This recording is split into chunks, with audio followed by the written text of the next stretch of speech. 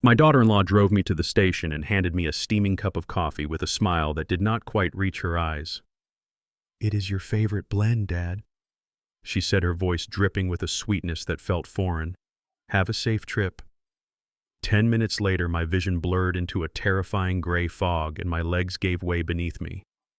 I collapsed onto the cold, unforgiving tiles of the station floor. Through the panic and the shouting of strangers, I remember seeing a woman running toward me, cutting through the crowd like a guardian angel. But before the darkness took me completely, I looked out the glass doors and saw my daughter-in-law's SUV still parked at the curb. She wasn't calling for help. She was watching me die. When I woke up, a doctor had saved my life, and what she said next left me frozen in place. My name is Odell Freeman. I am 68 years old, and for the last 40 years, I have let the world believe I am nothing more than a retired mechanic living on a modest pension. My son Tyrell and his wife Megan look at my calloused hands and my worn-out work boots, and they see a simple man who counts coupons to buy groceries. They see a man who has outlived his usefulness. They have no idea that these grease-stained hands built a logistics and industrial real estate empire worth $15 million. I kept my wealth a secret for one reason only. I wanted to raise a son who valued hard work over easy money. I wanted to be sure that the people who loved me loved Odell the man, not Odell the bank account. I failed. That Tuesday morning, the fog hung low and heavy over the city, wrapping Union Station in a damp gray blanket. The air bit at my exposed skin, a cold that settled deep in my bones, but it wasn't just the weather that made me shiver. It was the errand I was running. I had told Tyrell and Megan that I was taking the early train to visit an old army buddy in Chicago, a man named Marcus, who had passed away 3 years ago. It was a lie, a necessary deception. The truth was, I was heading into the city center to meet with Mr. Cohen, my attorney. After months of noticing small withdrawals from my checking account and finding legal documents regarding power of attorney that Tyrell had tried to hide in the trash, I knew it was time to change my will. I was going to cut them off before they bled me dry. I was standing near the entrance, pulling my coat tighter around myself, when a white SUV pulled up to the curb. I recognized it immediately. It was the car I had helped Tyrell put a down payment on 2 years ago, the one they claimed they could barely afford to insure. The window rolled down, and there was Megan. She was a striking woman. I will give her that, with sharp features and blonde hair that she kept perfectly styled, but her eyes always held a calculating glint, like a cashier tallying up a receipt. Usually Megan treated me with a dismissive politeness, the kind reserved for unwanted guests. But this morning she was beaming. "Dad," she called out, leaning over the passenger seat. "I saw you walking to the bus stop and thought I would catch you. Here, it is freezing out there." She extended a travel mug through the window. It was an expensive-looking thermos stainless steel, the kind that keeps heat for hours. I approached the car surprised. We had argued just the night before about the heating bill, with her screaming that I was too cheap to turn up the thermostat. Now she was bringing me coffee. "Thank you, Megan," I said, taking the mug. The warmth seeped into my gloves, a welcome comfort against the morning chill. "You didn't have to do this." "Oh, stop it," she said, checking her reflection in the rearview mirror and then glancing rapidly at the digital clock on the dashboard. "We just want you to be comfortable. It is the hazelnut roast you like. Drink it up. It will keep you warm on the train." I hesitated for a fraction of a second. The sudden kindness felt off, like a suit that didn't fit quite right. But I was a father, and despite everything, despite the suspicions and the missing money, I wanted to believe that my son had married a decent woman. I wanted to believe that there was still love in this family. "I appreciate it," I said, bringing the cup to my nose. The smell of roasted hazelnuts and strong coffee wafted up, masking anything else. "You better hurry," she said, her voice dropping an octave, losing some of that sugary veneer. "You don't want to miss your train. This trip might be longer than you think." I nodded, stepping back onto the curb. I watched her for a moment. She didn't drive away immediately. She sat there, her fingers tapping rhythmically on the steering wheel, her gaze fixed on me through the side mirror. I turned and walked into the station, the heavy glass doors sliding shut behind me, sealing my fate. The station was bustling with the morning rush. Commuters in suits rushed past with briefcases, students with headphones navigated the crowd, and the announcement board flickered with departure times. I found a spot near a pillar slightly away from the main flow of traffic and took my first sip. The coffee was rich, sweet, and hot. It burned pleasantly going down. I took another sip, then another, grateful for the energy boost. I needed to be sharp for my meeting with Mr. Cohen. I needed to explain why I was disinheriting my only child. 5 minutes passed. I checked my watch. The train was due in 15 minutes. I took another long drink, draining half the cup. That was when the first wave hit me. It wasn't pain, not at first. It was a sudden, disorienting shift in the world, as if gravity had suddenly tilted to the left. The station announcements, which had been clear a moment ago, stretched and warped into a slow, demonic drawl. I blinked, trying to clear my vision, but the edges of my sight were turning fuzzy, darkening like a vignette on an old photograph. I reached out to steady myself against the cold stone of the pillar. My hand felt numb, distant, as if it belonged to someone else. "What is happening?" I mumbled, but my tongue felt thick and heavy in my mouth. The words came out as a slur. Heat, intense and suffocating, flared in my chest. My heart, usually a steady drum, began to race, a frantic, irregular rhythm that hammered against my ribs. Thump, thump, thump, pause, thump. It felt like a bird trapped in a cage, desperate to escape. I dropped the coffee mug. It hit the floor with a metallic clang that sounded like a gunshot in my sensitive ears. Dark liquid splattered across my boots and the pristine floor. A woman nearby gasped and stepped back, pulling her child away from me. She thought I was drunk. I could see the judgment in her eyes, even through the blur. "Help," I tried to say, but no sound came out. My throat had constricted. My knees buckled. I didn't fall gracefully. I crumbled. I hit the ground hard, my shoulder taking the brunt of the impact, but I barely felt it. My nervous system was misfiring, sending signals of cold and fire simultaneously. I rolled onto my back, gasping for air that refused to fill my lungs. The ceiling of Union Station, with its high arches and old lights, began to spin. Faces appeared above me, distorted and terrifying. Someone was shouting for security. Someone else was asking if I had a seizure history. I tried to reach for my pocket for my phone. I needed to call Tyrell. Even in that moment, with my life fading, my instinct was to call my son. He would help me. He had to. With an effort that took every ounce of my remaining strength, I turned my head toward the glass doors of the entrance. I needed to see the sky one last time, and that is when I saw it. Parked exactly where I had left it, the white SUV remained at the curb. The window was rolled up now. Behind the tinted glass, I could see a silhouette. She hadn't left. She hadn't driven away to work or to run errands. She was sitting there, watching, waiting.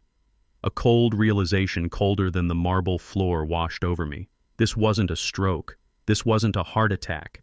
This was the coffee. This was Megan. The world went gray. The noise of the station faded into a high-pitched ringing.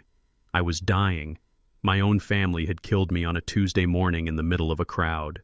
"Move! Get out of the way!" The voice was sharp, authoritative, cutting through the fog. It wasn't the deep voice of a security guard. It was a woman's voice, fierce and commanding. The circle of onlookers broke apart. A woman dropped to her knees beside me. I couldn't see her face clearly, just a blur of dark curls and intense, focused energy. She didn't recoil from me. She didn't look at me with pity or disgust. She placed warm hands on my neck, searching for a pulse, then immediately pried my eyelids open. The light from her penlight was blinding, searing into my brain. "Look at his pupils," she shouted to someone I couldn't see. "They are pinpointed. Constricted like pinheads. This isn't a cardiac arrest." I felt her hands ripping open my coat, then my shirt. Buttons popped and skittered across the floor.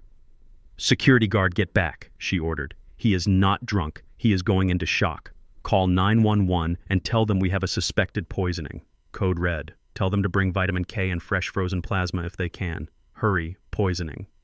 The word floated in the air, hanging there like a guillotine blade. She leaned over me, her face coming into focus for a brief second. She was young, African-American, with eyes that held a fierce intelligence. "Stay with me, Mr. Freeman," she whispered, her voice urgent but calm. "I know who you are. You are not going to die today. Not on my watch. Do you hear me? Fight it." How did she know my name? I hadn't told anyone. I tried to nod to give her a sign, but my body had completely shut down. The darkness rushed in from the sides, swallowing the light, swallowing the woman's face, swallowing the betrayal of my daughter-in-law. The last sensation I had was the vibration of the floor as running feet approached, and the distant wailing siren of an ambulance growing louder, coming for a man who was already a ghost. When I opened my eyes again, the world was a blinding white. The smell of antiseptic and bleach assaulted my nose. The steady rhythmic beeping of a machine was the only sound in the room. I was alive, I tried to sit up, but my body felt heavy, like it was filled with lead. Restraints held my wrists gently to the bed rails. I turned my head. Standing at the foot of my bed was the woman from the station. She was wearing a white coat now, a stethoscope around her neck. She was reading a chart, her brow furrowed in concentration.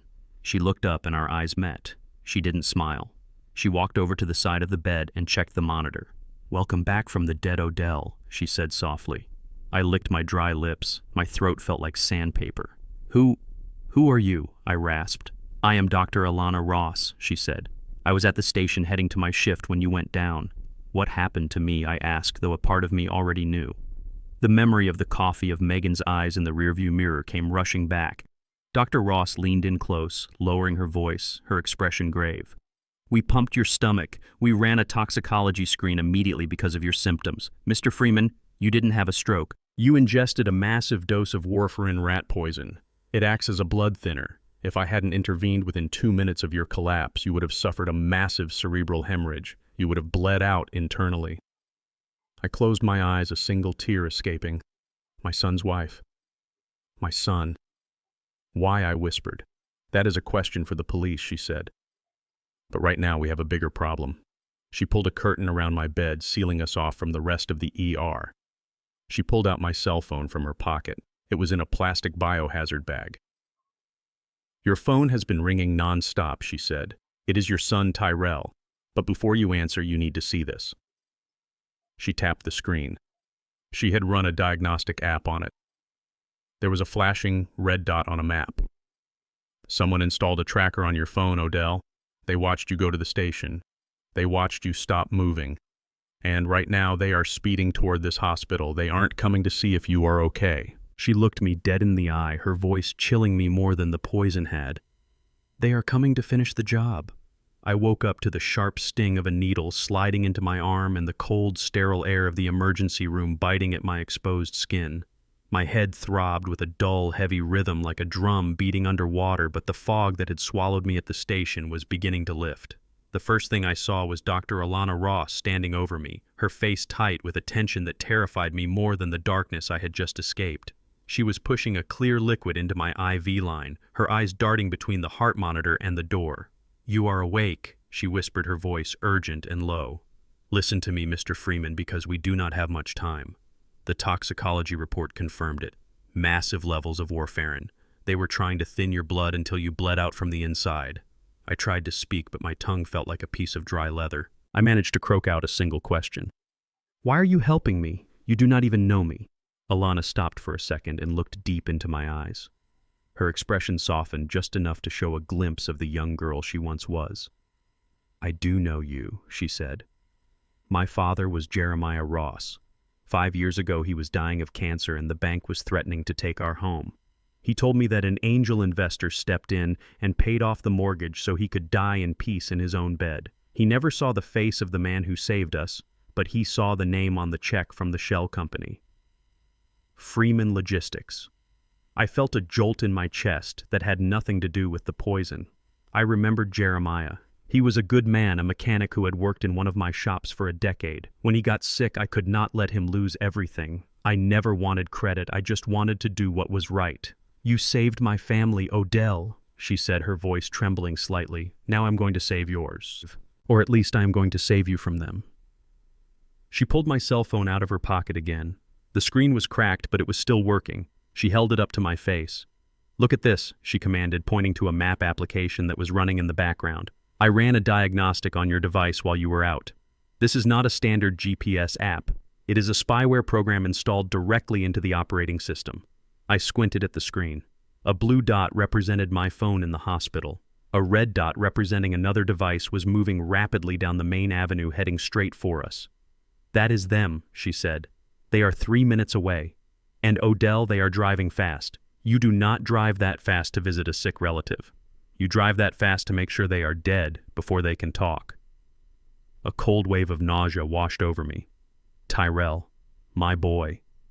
The boy I had taught to ride a bike, the boy I had held when he scraped his knees. He was racing here not to hold my hand, but to ensure I never opened my eyes again. "What do I do?" I whispered, the fear finally breaking through my confusion. If they walk in here and see you sitting up and talking, they will panic, Alana explained rapidly. They will know the poison failed. They will know you are a witness. A desperate person is a dangerous person, Mr. Freeman. If they see you alive, they might try to finish the job right here in the room. A pillow over the face, a tampered IV line. I cannot watch you every second. So I have to die, I asked, feeling the weight of the words. You have to look like you are dying, she corrected. I am going to give you a sedative. It is a beta blocker mixed with a mild paralytic. It will drop your heart rate to 40 beats per minute. Your breathing will become shallow. You will be unable to move or open your eyes for about an hour, but you will be able to hear everything. She looked at the door, then back at me. We are moving you to the intensive care unit, room 402. It has a glass wall. Visitors are not allowed inside the room for critical poisoning cases due to the risk of contamination and shock. They will have to watch you from the corridor. They will see a dying man. She injected the second syringe into my IV. I felt a cold sensation spreading through my veins, starting at my shoulder and moving down to my chest. My eyelids began to feel heavy, like lead weights were pulling them down. Fight the urge to sleep, Alana whispered, leaning close to my ear. You need to stay awake in your mind. You need to hear what they say when they think you are gone. That is the only way you will know the truth. That is the only way you will survive. The world began to slow down. The beeping of the monitor spaced out, becoming a slow, rhythmic drone.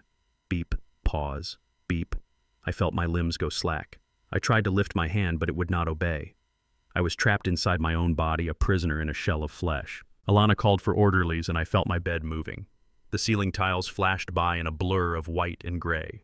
I heard the crash of double doors, the murmur of nurses, the distant wail of another ambulance. Then everything stopped. I was in a room.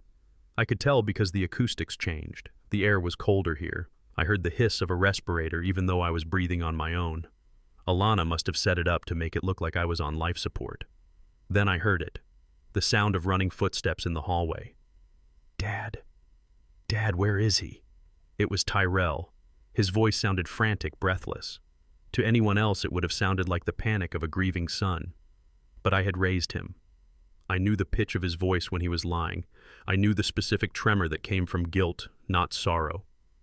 I am sorry, sir, you cannot go in there, a deep voice rumbled. Probably a security guard or another doctor. My wife told me he collapsed, Tyrell shouted. I need to see him. Is he alive? That was the question. Not, is he okay, not what happened. Is he alive? Alana stepped in. Her voice was calm, professional, and detached. She was playing her part perfectly. Mr. Freeman, please calm down, she said. Your father is in critical condition. He suffered a massive event, likely a stroke or a cerebral hemorrhage. We are struggling to stabilize his vitals. Oh, God. Megan's voice joined the chorus. It was high-pitched, shrill. Oh, Tyrell, I told him he did not look well this morning. I told him not to go to the station. Liar, I screamed inside my head. You handed me the cup. You watched me drink it. You watched me fall. He is currently in a coma, Alana continued. We have induced a state of low metabolic activity to try and stop the swelling in his brain. But I have to be honest with you. The prognosis is very poor. His heart rate is dropping. His organ functions are shutting down. There was a silence. A long, heavy silence. I lay there unable to twitch a muscle, listening to my heart beat slowly in my chest, waiting for my son to ask about treatments, to ask about transfers to better hospitals, to ask for a miracle. Instead, Megan spoke. If he passes, Alana. Doctor, what are the next steps? I felt a tear try to form in my eye, but my tear ducts were paralyzed. She was asking about my death before I was even cold.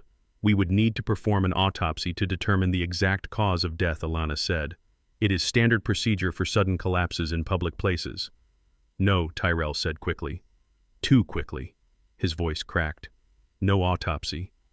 Dad hated doctors. He hated the idea of being cut open. It was his worst nightmare. He made me promise. If anything happened, he wanted to be cremated immediately. He wanted to be dust. He wanted peace. I had never said that. I had never once discussed cremation with Tyrell. In fact, I had bought a plot next to his mother Etta 5 years ago. He knew that. He knew I wanted to be buried beside my wife. We can discuss arrangements later. Alana said, her voice tight. For now, you can view him from the glass, but do not expect any response. He is gone for all intents and purposes. The man in that bed is just a body keeping a heart beating. I heard footsteps approaching the glass. I could feel their eyes on me. It is a strange sensation being watched by your murderers. It felt like insects were crawling over my skin. I waited for Alana to leave. I prayed she would walk away so they would drop the act. "I will leave you to have a moment with him," Alana said. "I have to check on another patient." Her footsteps retreated. The heavy door of the unit clicked shut. Silence hung in the air for 10 seconds. 10 seconds of my son looking at his father's dying body. I hoped he was crying. I hoped he was regretting everything. I hoped he would pound on the glass and scream that he was sorry. Instead, I heard a sigh. It was a sigh of relief. "Is he really out?" Tyrell whispered. His voice was muffled by the glass, but clear enough. "Look at the monitor," Megan hissed. Her voice was unrecognizable. The sweetness was gone, replaced by a cold, jagged edge. "Heart rate is 40. He is barely alive, Tyrell. He is a vegetable. The doctor said his brain is swelling. Even if he wakes up, he will be drooling in a cup for the rest of his life." Tyrell let out a shaky breath. "You used too much, Megan. You were supposed to make him sick, not kill him right on the station floor. If the police had looked closer—" "I did what I had to do," Megan snapped. "And do not put this on me. You are the one who owes $500,000 to the track. You are the one who said he would never give us the money willingly." I felt like the floor had opened up and swallowed me whole. $500,000, gambling debts. My son had not just made a mistake. He was drowning, and he had decided to use my life as his raft. "We have to be sure," Tyrell whispered. "If he wakes up, if he remembers the coffee—" "He won't remember anything," Megan said dismissively. "The brain damage will take care of that, but we need to move fast. We need that cremation order signed the second he flatlines. We cannot have a coroner looking at his blood. If they find the warfarin, we are done." I heard the rustle of fabric. They were hugging. They were comforting each other while watching me die. "What about the house?" Tyrell asked. "We sell it immediately," Megan replied. "I already called the broker. As soon as we have the death certificate, we list it. We take the cash, we pay off your debts, and we get the hell out of this city." "But the will," Tyrell said. "What if he changed it?" "He was going to see the lawyer today, Megan. That is why he was at the station." Megan laughed, a low, cruel sound that made my blood run cold. "He never made it to the lawyer, Tyrell. He collapsed before he could sign anything. The old will stands. You are the only heir. It is all ours." I lay there trapped in the darkness of my own body, while the truth washed over me like acid. They hadn't just killed me for money. They had killed me because they thought I was stupid. They thought I was a helpless old mechanic who had stumbled into a fortune he didn't deserve. Tyrell spoke again, his voice trembling. "So we just wait." "No," Megan said. "We do not just wait. We help things along. If he is still breathing by tomorrow morning, we tell the doctors we want to withdraw life support. We tell them it is what he would have wanted. We pull the plug, Tyrell." And then she said the words that would haunt me for the rest of my life. "Plan B is already in motion. If the poison does not finish him, the system will. He is just a number now. A vegetable. Nobody cares about an old black man dying in a public hospital. We are going to walk out of here, Rich Tyrell. Just hold it together." I heard them turn away from the glass. I heard their footsteps fading down the hallway. I lay alone in the silence of the ICU. My heart was beating slowly, artificially slowed by the drugs, but inside my mind it was racing with a fury I had never known. They thought I was a vegetable. They thought I was a victim. They thought Odell Freeman was just an old man who fixed cars and counted coupons. They were wrong. I felt the drug beginning to wear off. A tiny twitch returned to my finger. They wanted a vegetable. I would give them a warrior. They wanted my money. They were going to get a war.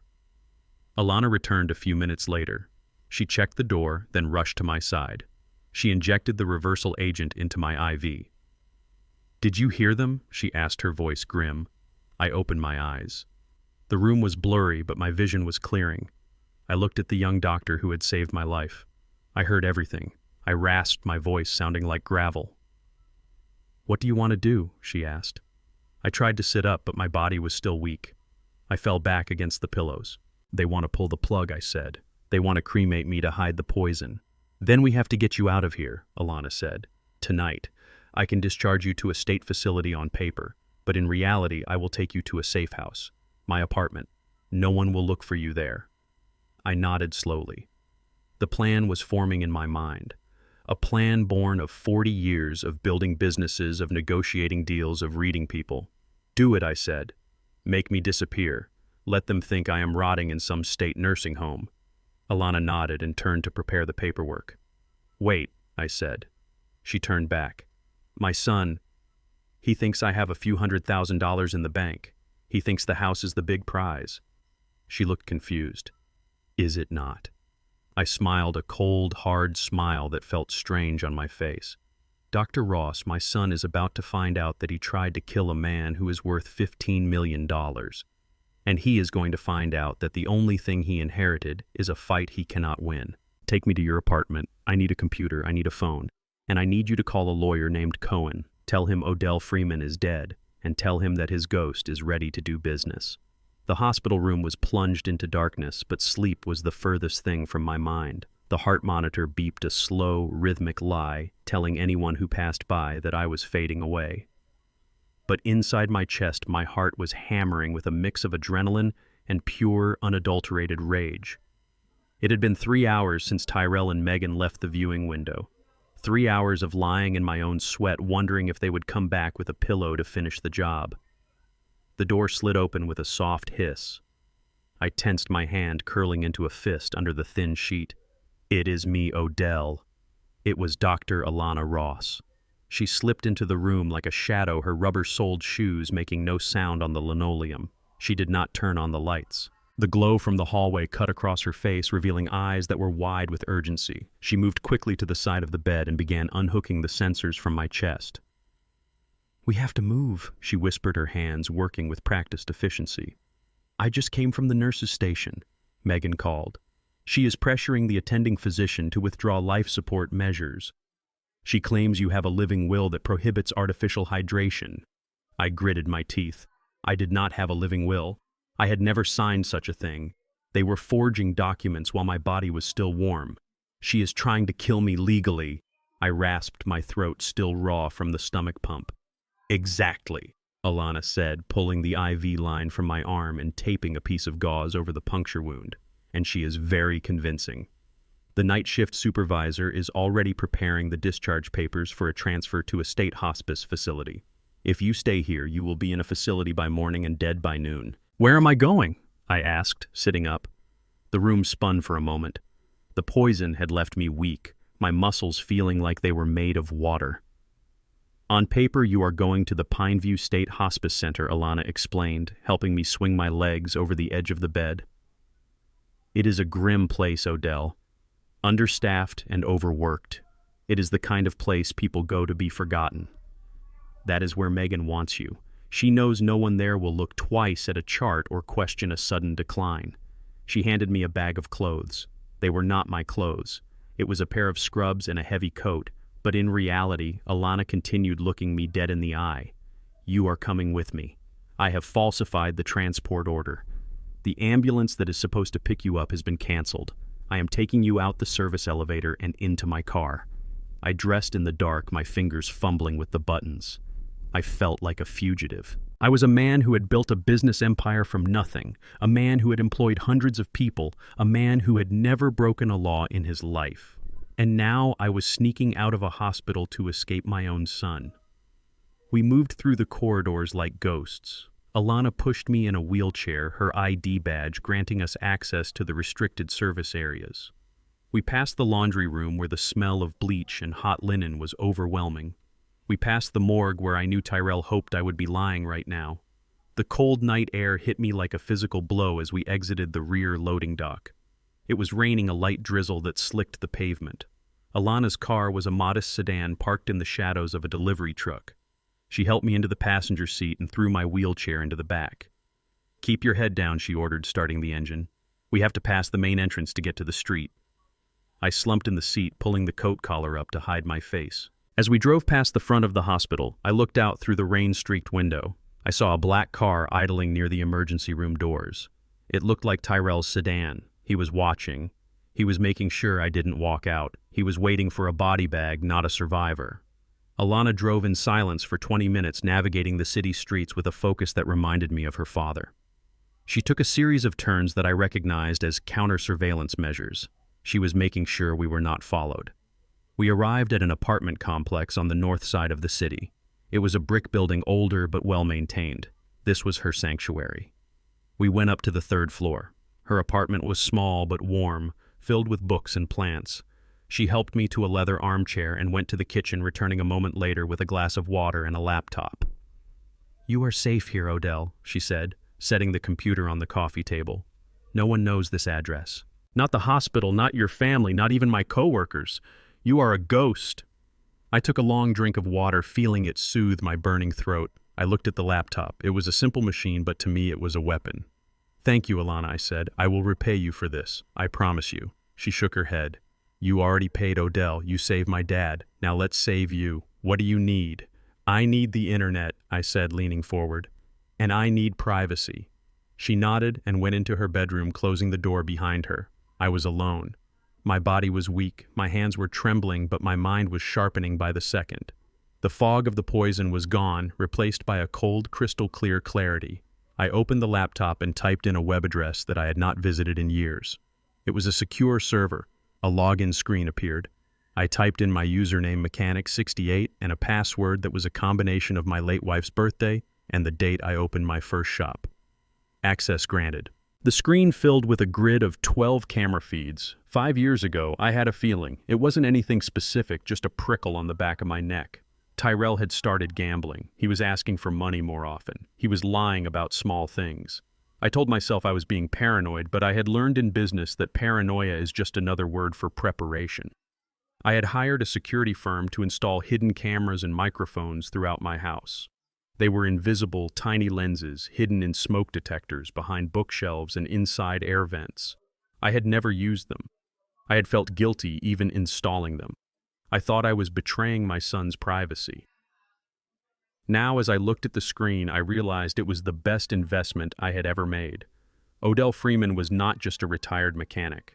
That was the lie I told the world. The truth was that I owned Freeman Automotive Logistics. I owned the land under 3 industrial parks. I owned the contracts that supplied parts to every major repair shop in the tri-state area. I had built it all quietly, using shell companies and lawyers to keep my name off the letterhead. I wanted Tyrell to make his own way.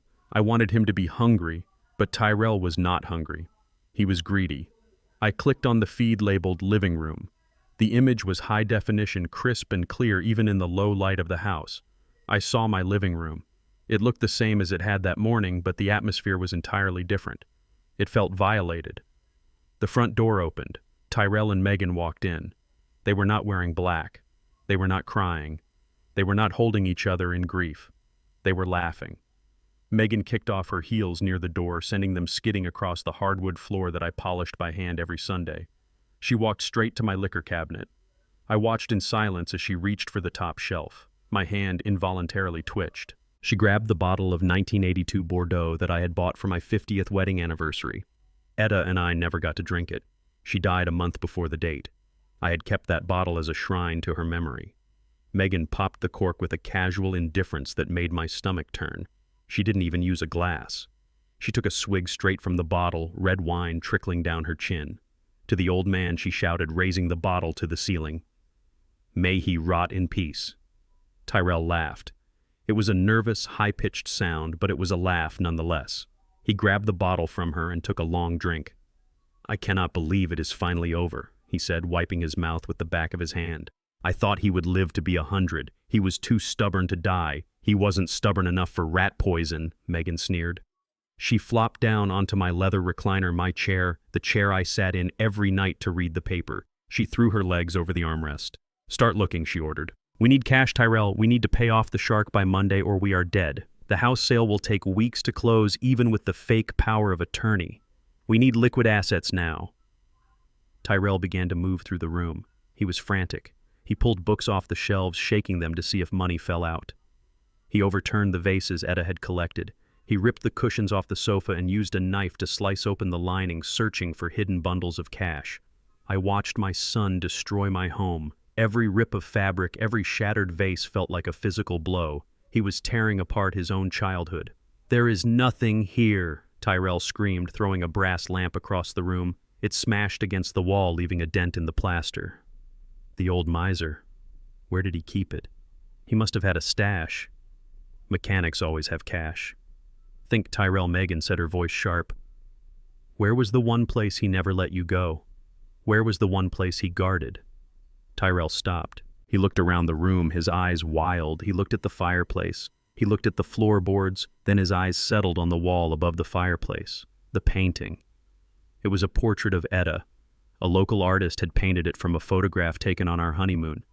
She was young, beautiful, and smiling, with a light in her eyes that could illuminate the darkest room. It was the most precious thing I owned. I talked to that painting every night before I went to bed. Behind that painting was a wall safe. I had installed it myself. Tyrell knew about the safe, but he did not know the combination. He did not know that the safe was empty. I had moved all the documents and emergency cash to a safety deposit box at the bank 3 days ago when I found the first forged check. "It is behind the picture," Tyrell said, pointing a shaking finger. "The safe." "Open it," Megan commanded. "I do not know the code," Tyrell whined. "He never told me." Megan stood up. She walked over to the fireplace and picked up the heavy iron poker. She weighed it in her hand. "We do not need a code," she said, her voice cold and devoid of humanity. "We just need to get to the metal." She pointed the poker at Etta's face. "Smash it," she ordered. Tyrell hesitated. For a second, just one brief second, I saw a flicker of the boy I raised. He looked at his mother's smiling face. "Megan, I cannot. That is Mom." "Smash it, you coward," she screamed, stepping into his face. "Do you want to lose your fingers to the bookie? Do you want to go to jail? That painting is a piece of canvas. Your mother is dead. Your father is dead. We are the ones who have to survive." Tyrell closed his eyes. He took a deep breath. The weakness in him, the rot that had been spreading for years, finally consumed the last bit of decency he had left. He took the poker from Megan's hand. I watched on the screen thousands of dollars of high-tech equipment transmitting the lowest moment of my life in perfect clarity. I watched my son raise the iron bar. I wanted to look away. I wanted to close the laptop and scream, but I forced myself to watch. I needed to see this. I needed to burn this image into my brain so that I would never ever feel mercy for them again. Tyrell swung the poker. The sound of canvas tearing was awful, a dry ripping noise that seemed to echo through the speakers. He swung again and again, hacking at his mother's face, destroying the memory of the woman who had given him life. The frame shattered. The painting fell to the floor in ribbons. Behind it, the gray steel of the wall safe was exposed. "There it is," Megan shrieked, greedy delight distorting her face. "Open it. Drill it. Blow it up. I do not care. Just get it open." Tyrell dropped the poker and ran to the garage, presumably to get his tools. Megan stood there panting, staring at the safe like it was an altar to a dark god. She kicked the shredded remains of Etta's portrait aside, with her foot not even looking down. I sat in the silence of Alana's apartment, the glow of the screen illuminating the tears that were streaming down my face. They weren't tears of sadness anymore. They were tears of absolute cold resolve. They had killed Odell the father. They had killed Odell the husband. Now they were going to meet Odell the businessman. And business was about to get very, very ugly. I reached for my phone and dialed a number I knew by heart. It rang twice. "Hello," a gruff voice answered. "Mr. Cohen," I said, my voice steady and hard as steel. "Odell." The lawyer sounded shocked. "My God," I heard. "Tyrell called the office. He said you were in a coma. He said you were dying." "He lied," I said. "I am very much alive. But the Odell you knew is gone." "What do you need?" Odell Cohen asked, sensing the shift in my tone. "I need you to prepare a document," I said. "I want you to execute Clause 7 of my living trust. The Scorched Earth Protocol." There was a pause on the line. "Clause 7. Odell that destroys everything. It freezes the assets. It triggers the forensic audits. It alerts the IRS. It effectively burns the company to the ground to prevent a hostile takeover." "Do it," I said. "But your son—" Cohen started. "I have no son. I cut him off. My son died today. The man in my house is a stranger. And tomorrow morning, Mr. Cohen, I am going to introduce this stranger to the concept of consequences. I want you to draft a sales contract." I continued. "A fake one. Make it look like a foreign investor is offering double the market value for the house." "Why?" Cohen asked, confused. "Because rats are greedy," I said, watching Tyrell return to the living room with a sledgehammer. "And the best way to catch a rat is to offer it the biggest piece of cheese it has ever seen right before the trap snaps shut." The sound of the sledgehammer hitting the plaster was a dull thud that vibrated through the speakers of my laptop. I sat in the darkened living room of Alana's apartment, watching the screen with a cold detachment that frightened me. Tyrell had returned from the garage dragging a heavy canvas bag of tools. He looked like a man possessed. His shirt was soaked with sweat, and his eyes were wide and manic, darting around the room as if he expected the walls to close in on him. Megan stood by the fireplace, her arms crossed over her chest, tapping her foot with an impatient rhythm that echoed the ticking clock of my own life. "Hurry up, Tyrell," she hissed. "We do not have all night. If the neighbors hear that noise, they will call the police." Tyrell did not answer. He swung the hammer again, smashing the drywall around the exposed steel face of the safe. Dust and debris flew into the air, coating the expensive furniture I had worked so hard to buy. He coughed, waving the white cloud away from his face, but he did not stop. He struck the wall again and again until the safe stood completely revealed, a gray metal box embedded in the structure of the house I had built for my family. It was a standard keypad model. I had installed it 10 years ago, shortly after Etta passed away. I needed a place to keep the deed to the house, my passport, and the few mementos of our life together that were too precious to leave out in the open. Tyrell dropped the hammer with a clang that made me flinch. He fell to his knees in front of the safe, his hands trembling so violently he could barely steady them to touch the keypad. "What is the combination?" Megan demanded, leaning over him like a vulture waiting for a carcass. "You said he never told you. He never did." Tyrell gasped, wiping sweat from his forehead with a dirty sleeve. "But I know how his mind works. He is a creature of habit. He uses the same numbers for everything. The alarm code, his PIN number. His PIN." He reached out and pressed the keys. The beeps were loud and distinct in the quiet room. 0, 8, 1, 2, 8, 9. I closed my eyes as a tear leaked out. August 12th, 1989. It was Tyrell's birthday. I used his birthday for everything. It was the most important day of my life, the day I became a father. Even after all the lies and the distance, I had never changed it. I wanted to believe that one day he would need to get in there for the right reasons. I wanted him to know that he was the key to my world. The electronic lock buzzed, a happy green light flashed, and with a heavy click, the door of the safe swung open. Tyrell let out a cry that sounded like a sob. He scrambled forward, thrusting his hands into the dark metal cavity. "Yes!" he screamed. "Yes, yes, yes!" Megan dropped to her knees beside him, her eyes gleaming with greed. "How much is in there?" she asked, grabbing his shoulder. "Is it enough? Is it the cash?" Tyrell pulled out the contents of the safe and dumped them onto the floor amidst the plaster dust and broken drywall. There were no stacks of $100 bills. There were no bags of gold coins. There were no bearer bonds. There was a single yellowed piece of paper and a worn leather photo album. Tyrell froze. He stared at the meager pile on the floor, his mouth opening and closing like a fish out of water. He reached back into the safe, feeling around the corners, frantically scratching his fingernails against the bare metal. "No," he whispered. "No. It has to be here. There has to be a false bottom." He began to bang his fist against the inside of the safe, the hollow metal sound mocking him. "Where is it?" he screamed, his voice cracking into a high-pitched wail. "Where is the money? He was a mechanic for 40 years. He owned the shop. He never spent a dime. Where is it?" He picked up the yellowed paper. I knew what it was. It was an IOU from a man named Johnson, a neighbor who had fallen on hard times back in '92. I had lent him $5,000 to save his house. He never paid me back, and I never asked him to. I kept the note not as a debt to be collected, but as a reminder that money is only useful if it helps people. Tyrell crumpled the paper in his fist and threw it across the room. "Trash," he yelled. "It is just trash." He grabbed the photo album. It was the album Etta had made of Tyrell's first year. It had his first lock of hair taped to the inside cover. It had pictures of him taking his first steps in that very living room. He didn't even open it. He flung it against the wall with a violence that made me flinch. The binding broke and pages spilled out, scattering memories across the floor like garbage. "That is it," Megan asked, her voice dangerously quiet. That is everything. Tyrell sat back on his heels, his face draining of color until he looked like a corpse. He looked at his hands, the hands that had just destroyed his mother's portrait and broken into his father's safe. It is empty, he whispered. He played us. The old man played us. He is broke.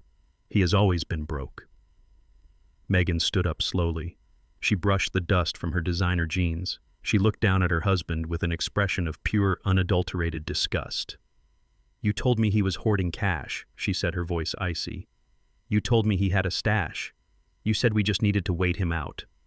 I thought he did, Tyrell stammered, looking up at her with terrified eyes. He lived like a pauper, Megan. He never bought anything. I thought he was saving it. I thought he was hiding it from the government. You thought Megan mocked him. You thought... You are a fool, Tyrell, a useless, spineless fool. Tyrell scrambled to his feet. He began to pace the room, running his hands through his hair, pulling at the roots. I am dead, he muttered. I am dead. I am dead. I am dead. What are you talking about? Megan snapped. Stop pacing. You are making me dizzy. Tyrell stopped and turned to face her. His face was a mask of sheer terror. Tears were streaming down his cheeks, mixing with the white dust. You do not understand, Megan. It wasn't just credit cards. It wasn't just the bank loans. What did you do? Megan asked, taking a step back. I went to the sharks, Tyrell confessed, his voice rising to a scream.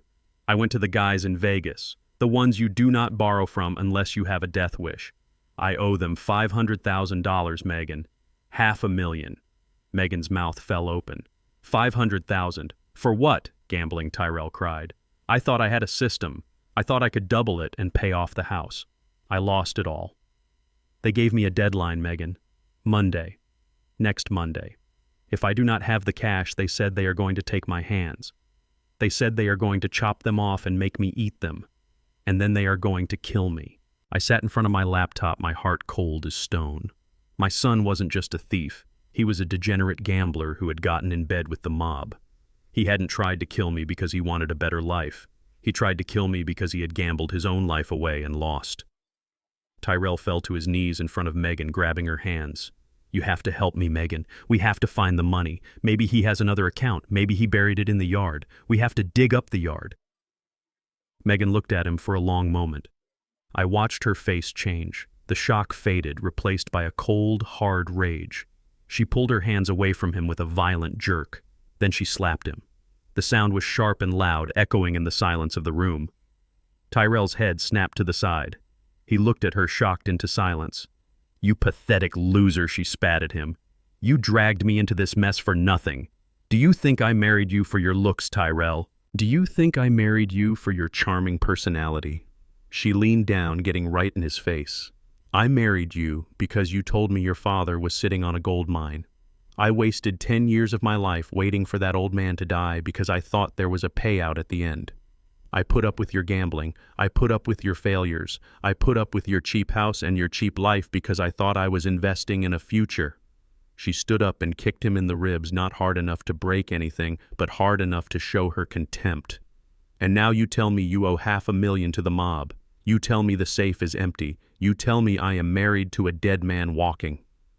Tyrell curled into a ball on the floor, sobbing.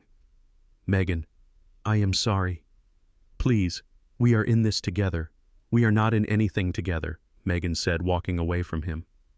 I am not losing a hand because you cannot count cards. She walked to the window and looked out at the dark street. I could see the gears turning in her head. She was a survivor, a parasite looking for a new host or a way to drain the last drop of blood from the current one. She turned back to Tyrell, who was still weeping on the floor, surrounded by the debris of our life. Get up, she ordered. Tyrell looked up, sniffing. What? Get up, you idiot, she said, her voice sharp and commanding. Stop crying. Crying does not print money. We still have one asset. Tyrell looked around the wrecked room, confused. What? The furniture? It is not worth enough, the house, Megan said. The land. She gestured to the room, the high ceilings, the solid construction. This house sits on 2 acres of prime real estate near the new industrial park development. The land alone is worth money. If we sell it fast, we can get enough to pay off your sharks and have a little left over to disappear. But Dad is not dead yet, Tyrell said, wiping his nose. We cannot sell it if he is just in a coma. We need him to sign the deed. Megan walked over to the desk where I kept my phone book. She began flipping through the pages. He does not need to sign it, she said calmly. You have his power of attorney, remember? The one you forged last month. But the notary, Tyrell, said, he will know it is fake. Not if we use the right broker, Megan said. She stopped flipping the pages and pointed to a name scrawled in the margin. Eddie Velez. I knew that name.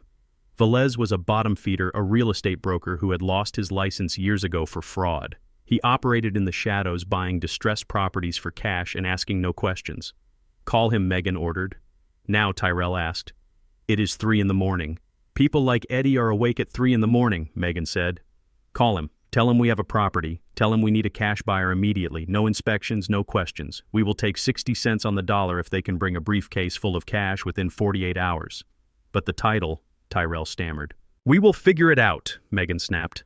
We tell Eddie the old man is incapacitated. We show him the forged power of attorney. We pay Eddie a fat commission to look the other way. He does not care about the law. He cares about the cut.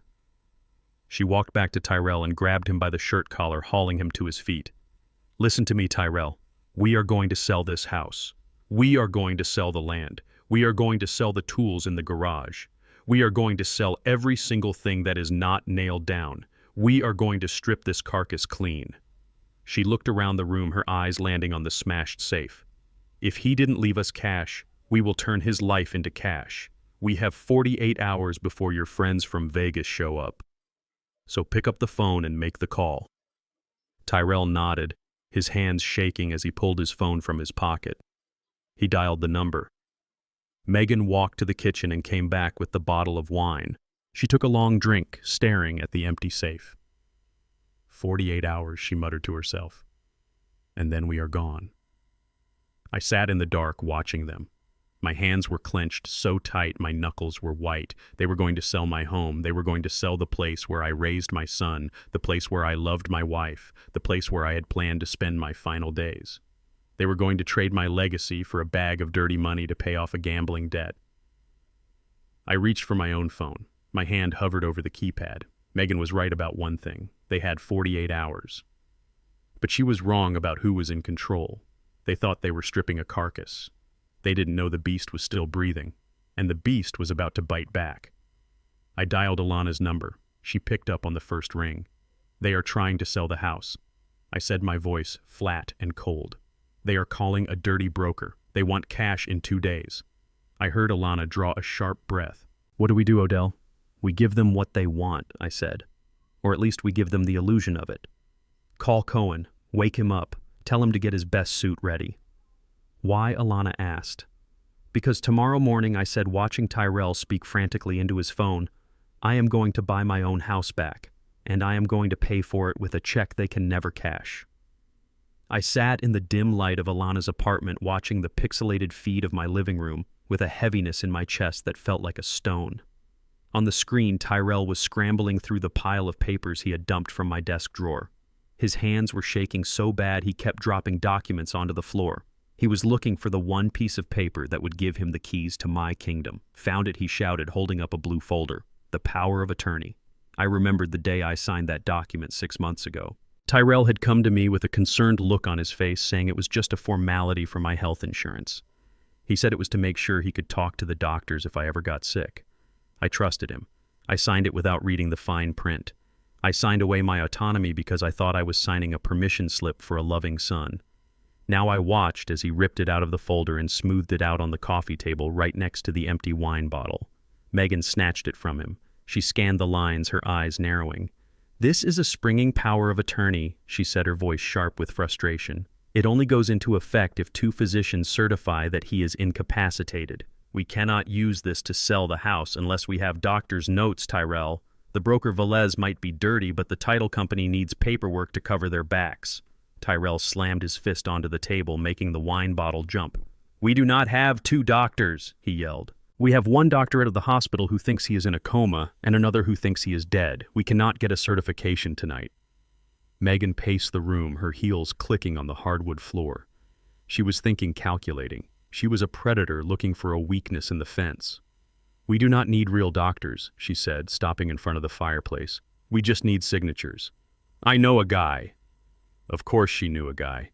Megan had worked as a receptionist at a pain management clinic 3 years ago before she got fired for stealing prescription pads. She knew the underbelly of the medical world. Who? Tyrell asked, wiping sweat from his forehead. Dr. Kincaid, she said. He lost his license to practice in 3 states, but he still has a stamp and a pad. He will sign anything for $5,000 cash. 5,000, Tyrell whined. We do not have 5,000, Megan. We have nothing. Megan grabbed her purse and dumped it out on the table. She pulled out a small velvet bag. My engagement ring, she said, tossing it to him. And your watch. Take them to the pawn shop on 4th Street. It is open 24 hours. Get the cash. I will call Kincaid. By the time the sun comes up, we will have a certificate stating your father has severe vascular dementia and is permanently incapacitated. I watched my son look at the ring. It was a diamond I had given him the money to buy. I had given him $3,000 so he could propose with dignity. Now he was going to sell it to pay a crooked doctor to certify that I was crazy. Go, Megan screamed. Tyrell grabbed the jewelry and ran out the front door. I closed my laptop for a moment, needing to breathe. The betrayal was absolute. There was no line they would not cross. Forgery, bribery, theft. They were willing to burn down the entire legal system just to get their hands on a few $100,000. Alana walked into the room carrying 2 mugs of tea. She saw the look on my face. What happened? She asked, sitting down opposite me. They are forging medical records, I said, taking the tea. My hands were steady now. The anger had turned into a cold focus. They are going to get a certificate saying I am incompetent. They are going to use the power of attorney to sell the house to a cash buyer tomorrow. Alana looked worried. If they sell the house to a third party, it will be a legal nightmare to get it back, Odell. Even if we prove fraud once the deed is transferred, it gets complicated. I took a sip of the tea. It was hot and bitter, just the way I liked it. They are not going to sell it to a stranger, I said. They are going to sell it to me. Alana frowned. What do you mean? I reached for my phone. It was time to bring in the heavy artillery. I dialed Mr. Cohen's personal number again. It was late, but Cohen was the kind of lawyer who slept with his phone on his chest. Cohen here, he answered on the first ring. It is Odell, I said. The plan has changed. We need to move fast. They are getting the paperwork to sell the house. They are going to dump it for pennies on the dollar just to get fast cash. I can file an emergency injunction, Cohen said, his voice shifting into professional gear. I can freeze the title. No, I said. Do not freeze it. I want them to think they have won. I want them to think they hit the jackpot. I explained my plan. It was risky. It required Cohen to step out of his role as my corporate counsel and into the role of a shark. I needed him to be the thing Tyrell and Megan desired most, a savior with a checkbook. I want you to call Tyrell in 1 hour, I instructed. Tell him you represent a foreign investment group. Tell him you represent the Orion Group. Tell him you are looking to acquire land in the neighborhood for a massive commercial development. Cohen chuckled on the other end of the line. Orion Group. That is one of your holding companies, Odell. Exactly, I said. Tell him you heard the property might be coming to market. Tell him you are in a rush. Tell him your client needs to close the deal within 24 hours to secure zoning rights. And the price, Cohen asked. Offer them double, I said. The house is worth $400,000. Offer them $1 million. Cash. $1 million. Cohen whistled. They will lose their minds, Odell. They will sign anything you put in front of them without reading a single word. That is the point, I said. Make the offer contingent on an immediate signing. Tell them you will bring the contract to the house tomorrow morning. Tell them you have the check ready. Consider it done, Cohen said. I will polish my acting skills. I hung up the phone and opened the laptop again. Tyrell had returned from the pawn shop. He threw a stack of bills onto the table. $2,000, he spat. That is all he gave me. He said the diamond was low quality. Megan snatched the money. It is enough for a down payment. Kincaid will take it. I am going to see him now. You stay here. If Velez calls, tell him we are ready to move. She stormed out, leaving Tyrell alone in the wreckage of our home. He paced the floor, muttering to himself, terrified of the shadows. He looked like a trapped animal. I waited. 1 hour passed. Then my phone buzzed with a text from Cohen, making the call now. I turned up the volume on the laptop. Tyrell's phone rang. The sound echoed in the silent house, making Tyrell jump. He looked at the screen. It was an unknown number. He hesitated, then answered. Hello? He said, his voice shaking. I could not hear Cohen's side of the conversation, but I could see Tyrell's face. It went from confusion to shock, and then to a look of pure, unadulterated greed that twisted his features into something ugly. "Yes," he stammered. "Yes, I am the owner. Well, I have power of attorney. Yes, the deed is clear." He listened for a moment, nodding frantically even though no one could see him. 1 million, he squeaked. His knees actually buckled and he had to grab the back of the sofa to stay upright. $1 million cash. Yes. Yes, we can sign tomorrow. Absolutely. No inspections are necessary. Yes, as is condition. He listened again. Tomorrow at noon. Yes. Please bring the contract. We will be ready. Tyrell hung up the phone. He stood there for a second, staring at the device in his hand as if it had just turned into gold. Then he let out a scream of joy that was loud enough to wake the neighbors. "Megan," he shouted, running to the door even though she was gone. "Megan, we are rich!" He started dancing around the room, kicking the debris of the broken safe out of his way. He grabbed the empty wine bottle and kissed it. $1 million, he laughed hysterically. 1 million. I can pay the sharks. I can buy a Porsche. I can buy a boat. The old man was sitting on a gold mine and he didn't even know it. I watched him celebrate. I watched him dance on the grave of our relationship. He wasn't mourning me. He wasn't feeling guilty. He was calculating how fast he could spend the money he thought he was getting. Megan returned an hour later waving a piece of paper. "I got it," she announced triumphantly. "Dr. Kincaid signed it. We have the certificate of incapacity. We can sell the house to Valles in the morning." "Forget Valles," Tyrell shouted, grabbing her by the shoulders. "Forget Valles. He was going to give us peanuts." "What are you talking about?" Megan asked, pulling away. "I got a call," Tyrell said, his eyes wide and manic. "An investment group. They want the land, Megan. They want to build a factory or something. They offered $1 million. Megan froze. 1 million, cash, Tyrell said. "Tomorrow. They are coming here at noon with the contract. We just have to sign." Megan looked at him, skepticism, warring with greed. "Is it real?" "It is real," Tyrell insisted. "It was a big law firm. They sounded serious. They said they need the land immediately. We hit the jackpot, Megan." Megan's face slowly broke into a grin, a wide, predatory smile that showed all her teeth. She looked around the destroyed living room. She looked at the hole in the wall where the safe used to be. 1 million, she whispered. "That solves everything." She walked over to the window and looked out into the night just as I had seen her do so many times before. But this time she wasn't looking with disdain. She was looking with ownership. "The old man died at the perfect time," she said softly, her voice carrying clearly through the hidden microphone. "What do you mean?" Tyrell asked, pouring himself the last drops of wine. "I mean," Megan said, turning back to him, "that if he had died a week later, we might have missed this opportunity. If he had died a week earlier, we might not have been desperate enough to look for buyers." She laughed, a cold sound that made the hair on my arms stand up. "It is like he knew," she said. "It is like he finally decided to do something useful for us. He died so we could be rich, Tyrell. It is the only good thing he ever did." I sat in Alana's apartment, my hand resting on the closed laptop. The anger was gone now, replaced by a deep, icy resolve. They thought they had won. They thought they had outsmarted the world. They thought Odell Freeman was just a stepping stone on their path to luxury. They were going to sign that contract tomorrow. They were going to sign it with smiles on their faces. And when they did, they were going to find out that the man they thought was dead was holding the pen. And the ink in that pen was going to be poison. Alana looked at me, concern etched on her face. "Are you okay, Odell?" she asked. I stood up and walked to the window, looking out at the city lights. Somewhere out there, my son was celebrating my death. "I am fine," I said. "I am better than fine, Alana." I turned back to her. "Get some sleep. Tomorrow is a big day. I need to buy a suit. And I need you to help me prepare for a funeral." "Whose funeral?" she asked, confused. "Theirs," I said. "Tomorrow at noon we bury them." Night fell over the city, but inside my house the lights were blazing like a beacon of depravity. I sat in Alana's apartment, the glow of the laptop screen illuminating the darkness of the room. My hand gripped a glass of water so tight I thought it might shatter. On the screen I watched as my sanctuary was turned into a carnival of greed. Tyrell and Megan had decided to celebrate. They hadn't even signed the papers yet. They hadn't seen a single dime. But the promise of $1 million was enough to make them lose their minds. They had invited people over.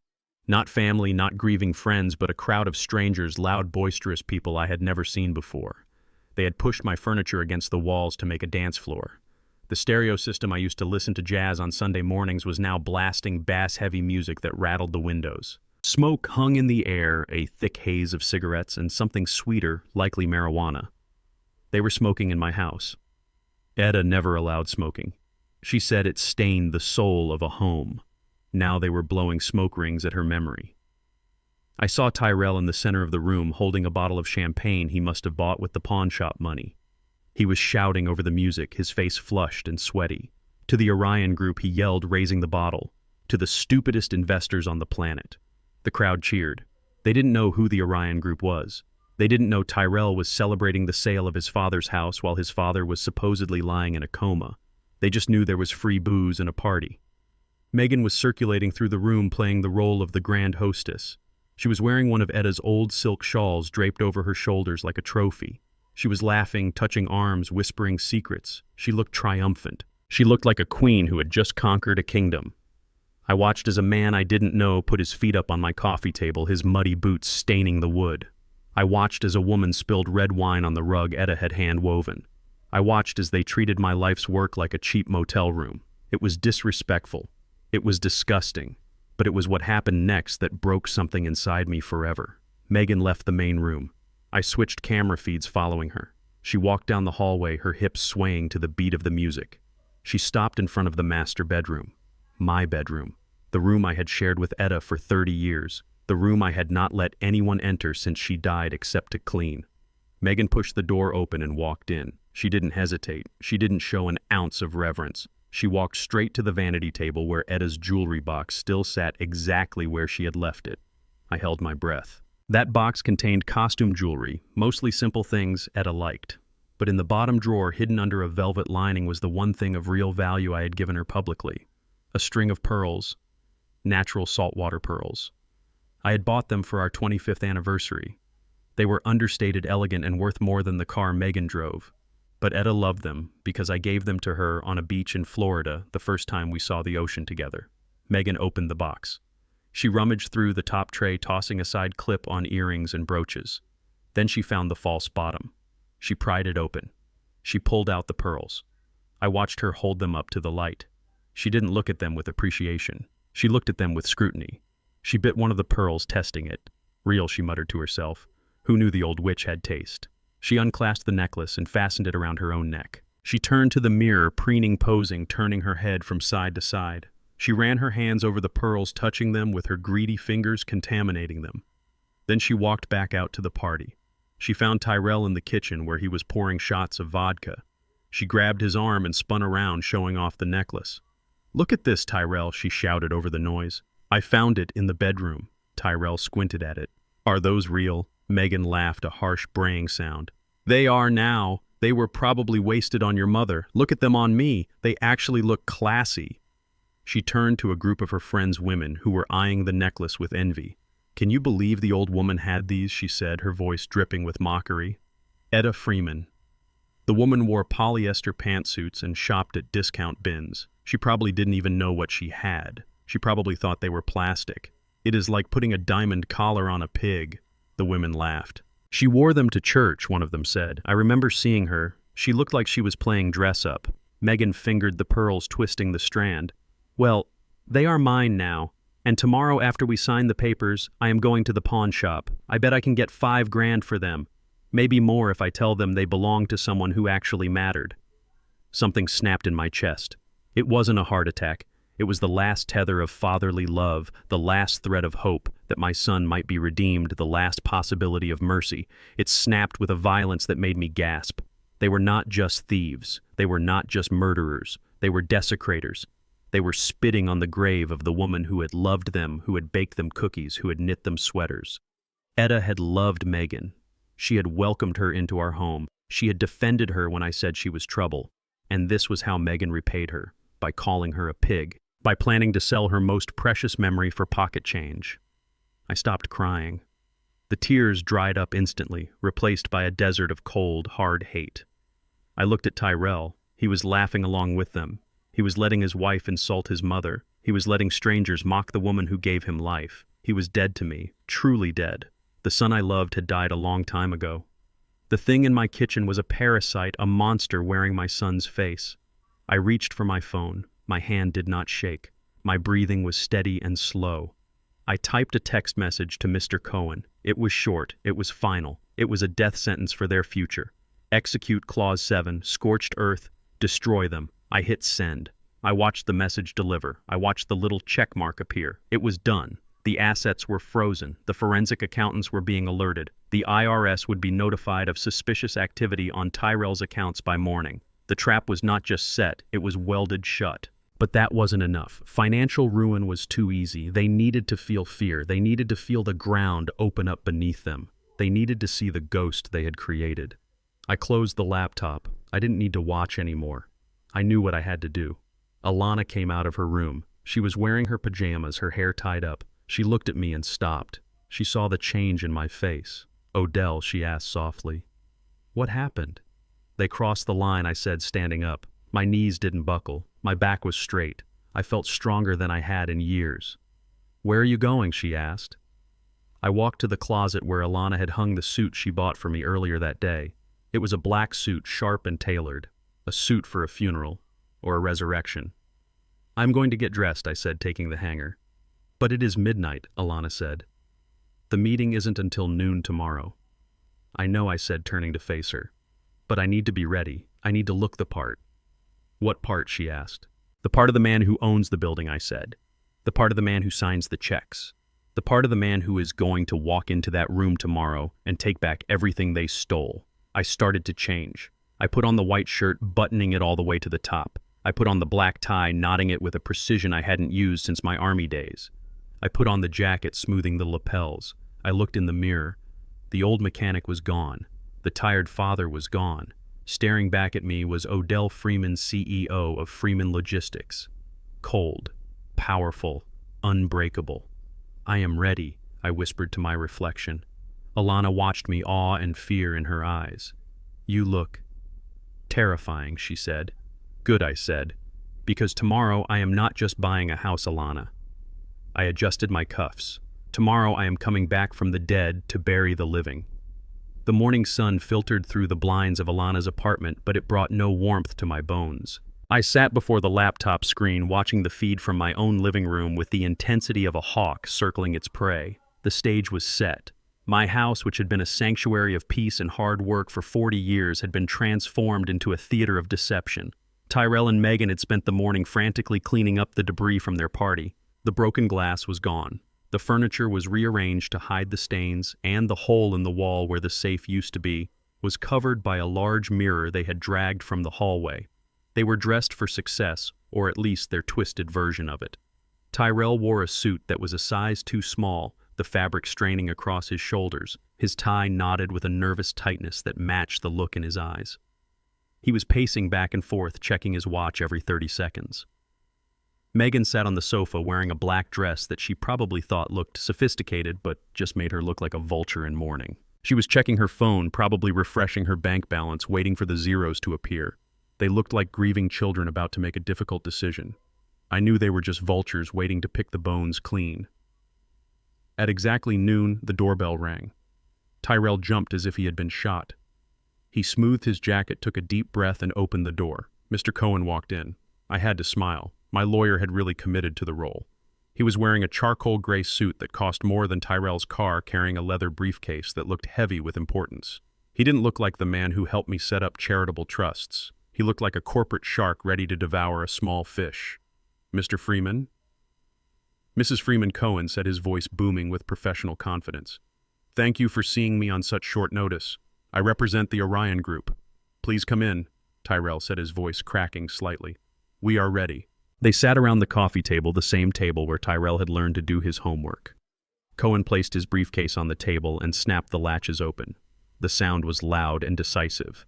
He pulled out a thick stack of documents bound in a blue folder. "My clients are very eager to close this deal."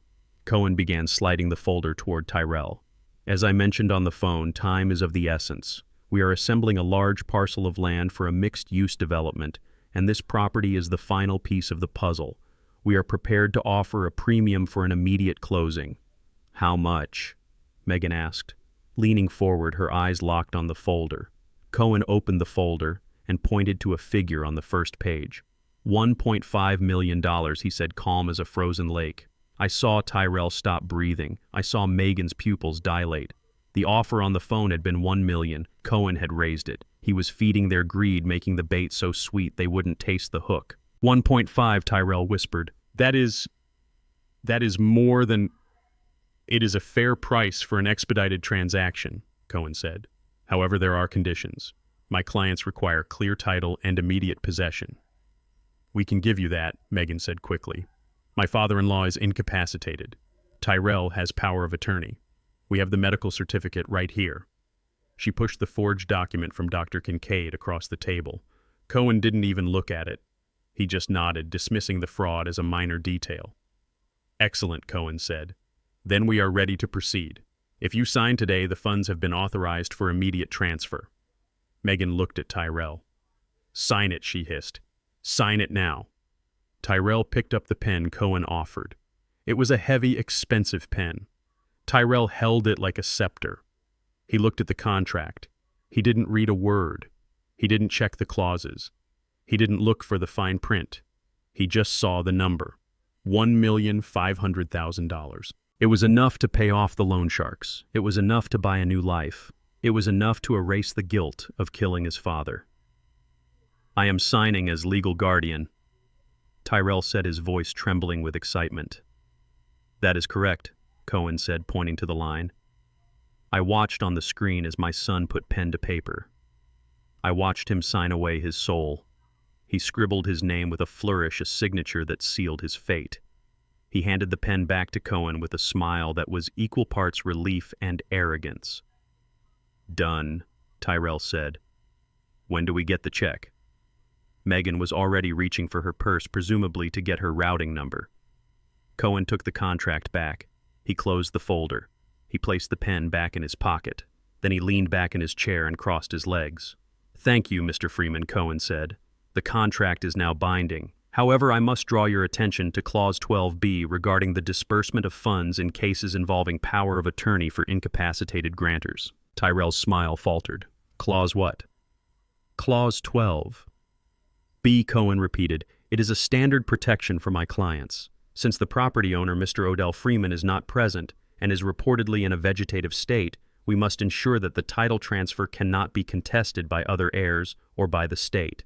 Therefore, the funds cannot be released directly to you. Megan stood up, her face flushing red. What do you mean you cannot release them? You said immediate transfer.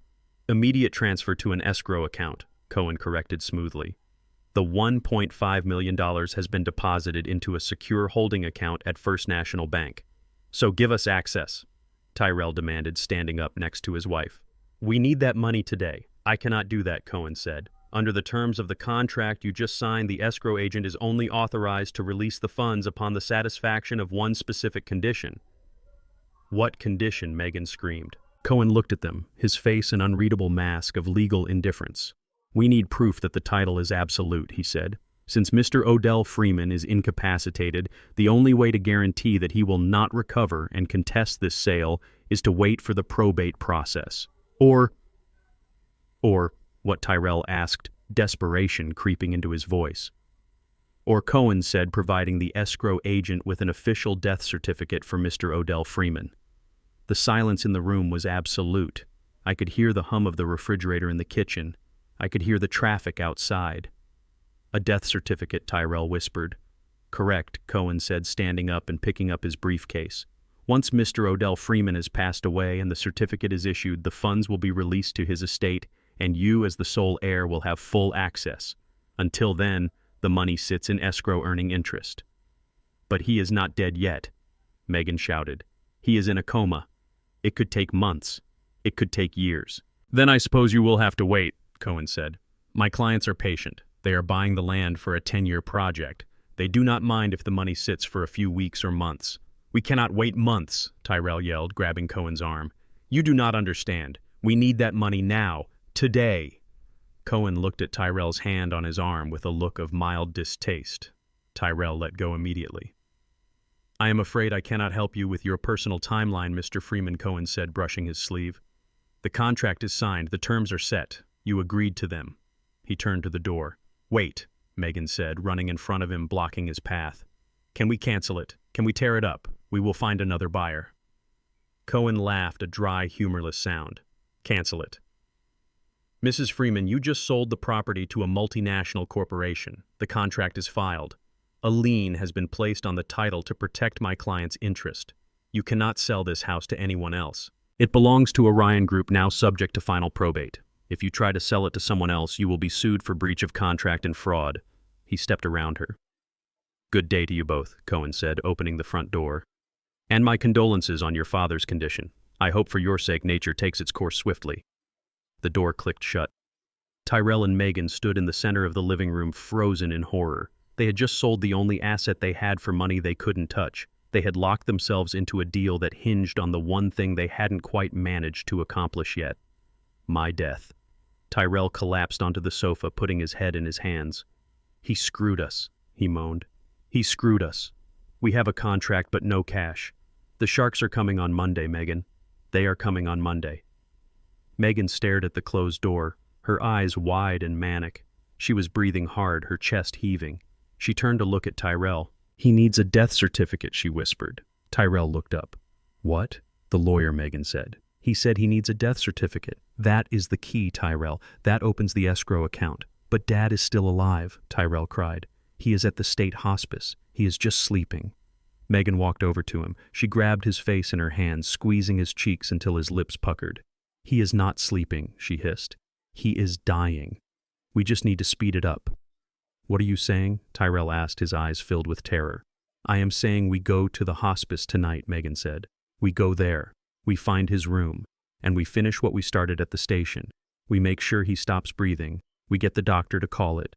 We get the certificate in the morning, and by noon we have the money. She let go of his face. It is the only way, Tyrell. Either he dies tonight or you die on Monday.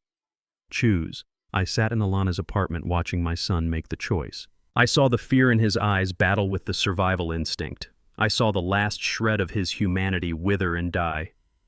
Let's go, Tyrell said, standing up. Let's go kill him. I closed the laptop. They were coming. They were coming to a place where I wasn't. They were coming to a trap that had been baited with their own greed. I stood up and smoothed the front of my suit. Alana, I said, it is time to go back to the hospice. We have guests arriving. Alana looked at me. She was pale, but she nodded. The police are ready, she said. They are waiting in the room. Good, I said. Let's not keep them waiting. I walked out of the apartment, leaving the laptop open. On the screen, the empty living room of my house stood silent, a monument to a family that had destroyed itself. They were coming to kill a ghost, but the ghost was ready to fight back. I sat in the back of the unmarked police van watching the live feed from my own living room on a tablet. The screen glowed with the grainy image of my son and his wife unraveling in real time. It was 2 a.m. The house was silent, but the air inside was thick with a panic that I could almost taste. Tyrell was pacing the floor, his hands pulling at his hair, his shirt soaked through with sweat. His phone buzzed on the coffee table. The sound was like a gunshot in the quiet room. Tyrell jumped and stared at the phone as if it were a bomb. He picked it up with trembling fingers. I zoomed in on the screen. It was a text message from an unknown number. There were no words, just an image. It was a photograph of a car door riddled with bullet holes. Then a second message popped up. It read simply, 24 hours. Tyrell dropped the phone. He let out a sound that was half scream and half sob. He collapsed onto the sofa, burying his face in his hands. They are going to kill me, he moaned. They are going to kill me, Megan. I do not have the money. The escrow account is locked until the death certificate is filed. We are trapped. Megan stood by the window smoking a cigarette she had found in her purse. She took a long drag, the cherry glowing bright red in the dim light. She looked at her husband with a mixture of pity and disgust. We are not trapped, she said, exhaling a cloud of smoke. We are just delayed. What does that mean? Tyrell asked, looking up. His eyes were bloodshot and wild.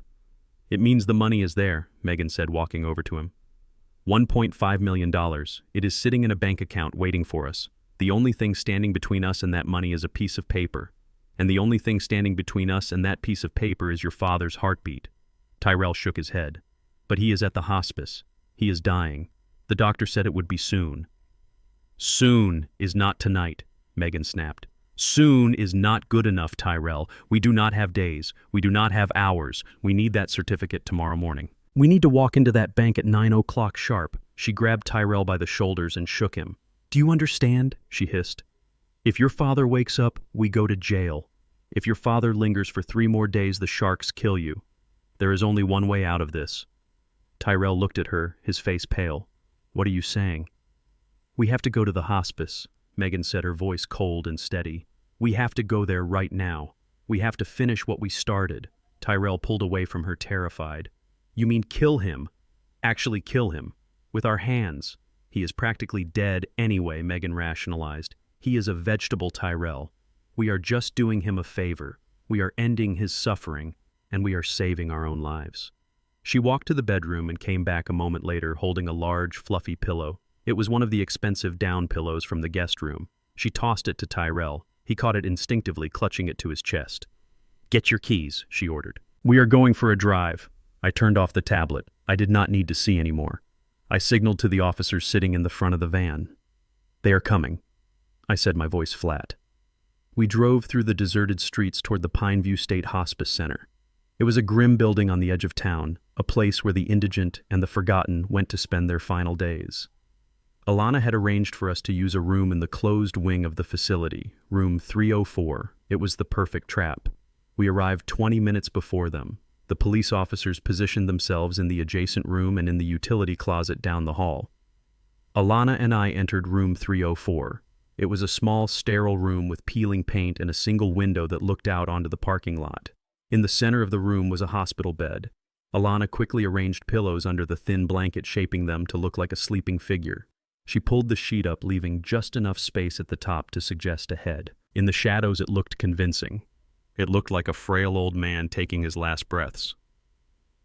I sat in a high-backed armchair in the darkest corner of the room. The shadows draped over me like a cloak. I was wearing my black suit, my hands resting on my knees. I felt calm. It was the calm of a man who has already mourned his loss and is now ready to bury the past. Alana squeezed my shoulder. Are you ready? She whispered. I nodded. Let them in. She left the room, closing the door until it was just ajar. I sat in the silence and waited. I listened to the hum of the ventilation system. I listened to the distant sound of traffic. And then I heard the sound of a car engine outside. I watched through the blinds as Tyrell's car pulled into the lot. The headlights cut through the darkness, illuminating the cracked pavement. They parked in the furthest corner away from the security lights. 2 figures got out. One was moving with purpose, the other was dragging his feet. They approached the side entrance. I knew what would happen next. There was a night guard named Larry who worked that door. He was underpaid and tired. Alana had told him to expect visitors, but Tyrell and Megan didn't know that. I listened intently. I could not hear the conversation, but I could imagine it. Megan would do the talking. She would flash a $50 bill. She would say they were grieving children who just needed to see their father one last time. Larry would take the money and look the other way. Minutes passed. Then I heard it, the soft squeak of rubber soles on the linoleum floor. Footsteps. They were in the hallway. I held my breath. The footsteps were slow, hesitant. They stopped. I heard whispering. This place gives me the creeps. Tyrell's voice drifted through the crack in the door. Keep moving, Megan hissed. Room 304. It is down here on the left. They started walking again, closer and closer. I could feel my son's presence on the other side of the wall. I remembered holding him when he was a baby, walking him up and down the hallway of our home when he had colic. I remembered teaching him to tie his shoes. I remembered the pride I felt when he graduated high school. All of those memories swirled in my mind, mixing with the reality of what he was about to do. He was coming to kill me. He was coming to press a pillow over my face until my heart stopped beating. The footsteps stopped right outside the door. Do it, Megan whispered. I cannot, Tyrell whined. Give me the pillow, Megan snapped. No, you have to do it. You have to be the one. If you want to be the man of the house, you have to do what is necessary. There was a pause, a long, heavy silence. Fine, Tyrell said. His voice was shaking, but there was a resolve in it now, a dark, desperate resolve. The door creaked open. A slice of light from the hallway cut across the floor, illuminating the foot of the bed. Tyrell stepped into the room. He was holding the pillow with both hands, knuckles white. Megan followed him, closing the door behind them and plunging the room back into semi-darkness. The only light came from the parking lot lamp outside, filtering through the blinds, casting long, striped shadows across the bed. "There he is," Megan whispered, pointing to the shape under the sheets. Tyrell took a step forward. He was trembling so hard I could see his silhouette shaking against the window. He looked at the bed. He looked at the shape that he thought was his father. "I am sorry, Dad," he whispered. "I really am. But I have no choice." He raised the pillow. "Do not talk to him," Megan hissed. "Just do it." Tyrell took a deep breath. He lunged. He threw his upper body over the bed, pressing the pillow down onto the head of the figure with all his weight. He grunted with the effort, holding it down, pushing hard, trying to smother the life out of the man who gave him everything. I sat in the corner watching my son commit patricide. I watched him murder me in his heart. He held the pillow down for a full minute. He was crying now, sobbing quietly as he pushed. "That is enough," Megan said. "Check his pulse." Tyrell lifted the pillow. He was panting, sweating. He reached out with a shaking hand to check the neck of the figure. He pulled back the sheet. He froze. There was no face. There was no neck. There was no body. It was just a pile of laundry and rolled-up towels. Tyrell stared at the empty bed. He patted the mattress frantically as if his father might be hiding inside the foam. "He is gone," he gasped. "He is not here. Megan, he is not here." "What?" Megan asked, stepping forward. "Let me see." She shoved him aside and looked at the bed. She ripped the sheets off, throwing them onto the floor. It was just an empty mattress. "Where is he?" she shrieked. "Where is the body? Did they move him? Is he dead already? Maybe he walked away," Tyrell said, his voice rising in panic. "Maybe he woke up." "He was in a coma, you idiot," Megan shouted. "People in comas do not walk away." They stood there in the center of the room, illuminated by the stripes of street lamp light, two people who had just realized that their nightmare was only beginning. I decided it was time. I reached out and clicked on the small reading lamp next to my chair. The sudden light flooded the corner of the room. Tyrell and Megan spun around blindingly fast, their eyes wide with terror. They saw me. I was sitting with my legs crossed, my hands resting calmly on the armrests of the chair. I looked at them. I looked at the pillow in Tyrell's hands. I looked at the hatred in Megan's eyes. "Hello, Tyrell," I said, my voice deep and steady, resonating in the small room.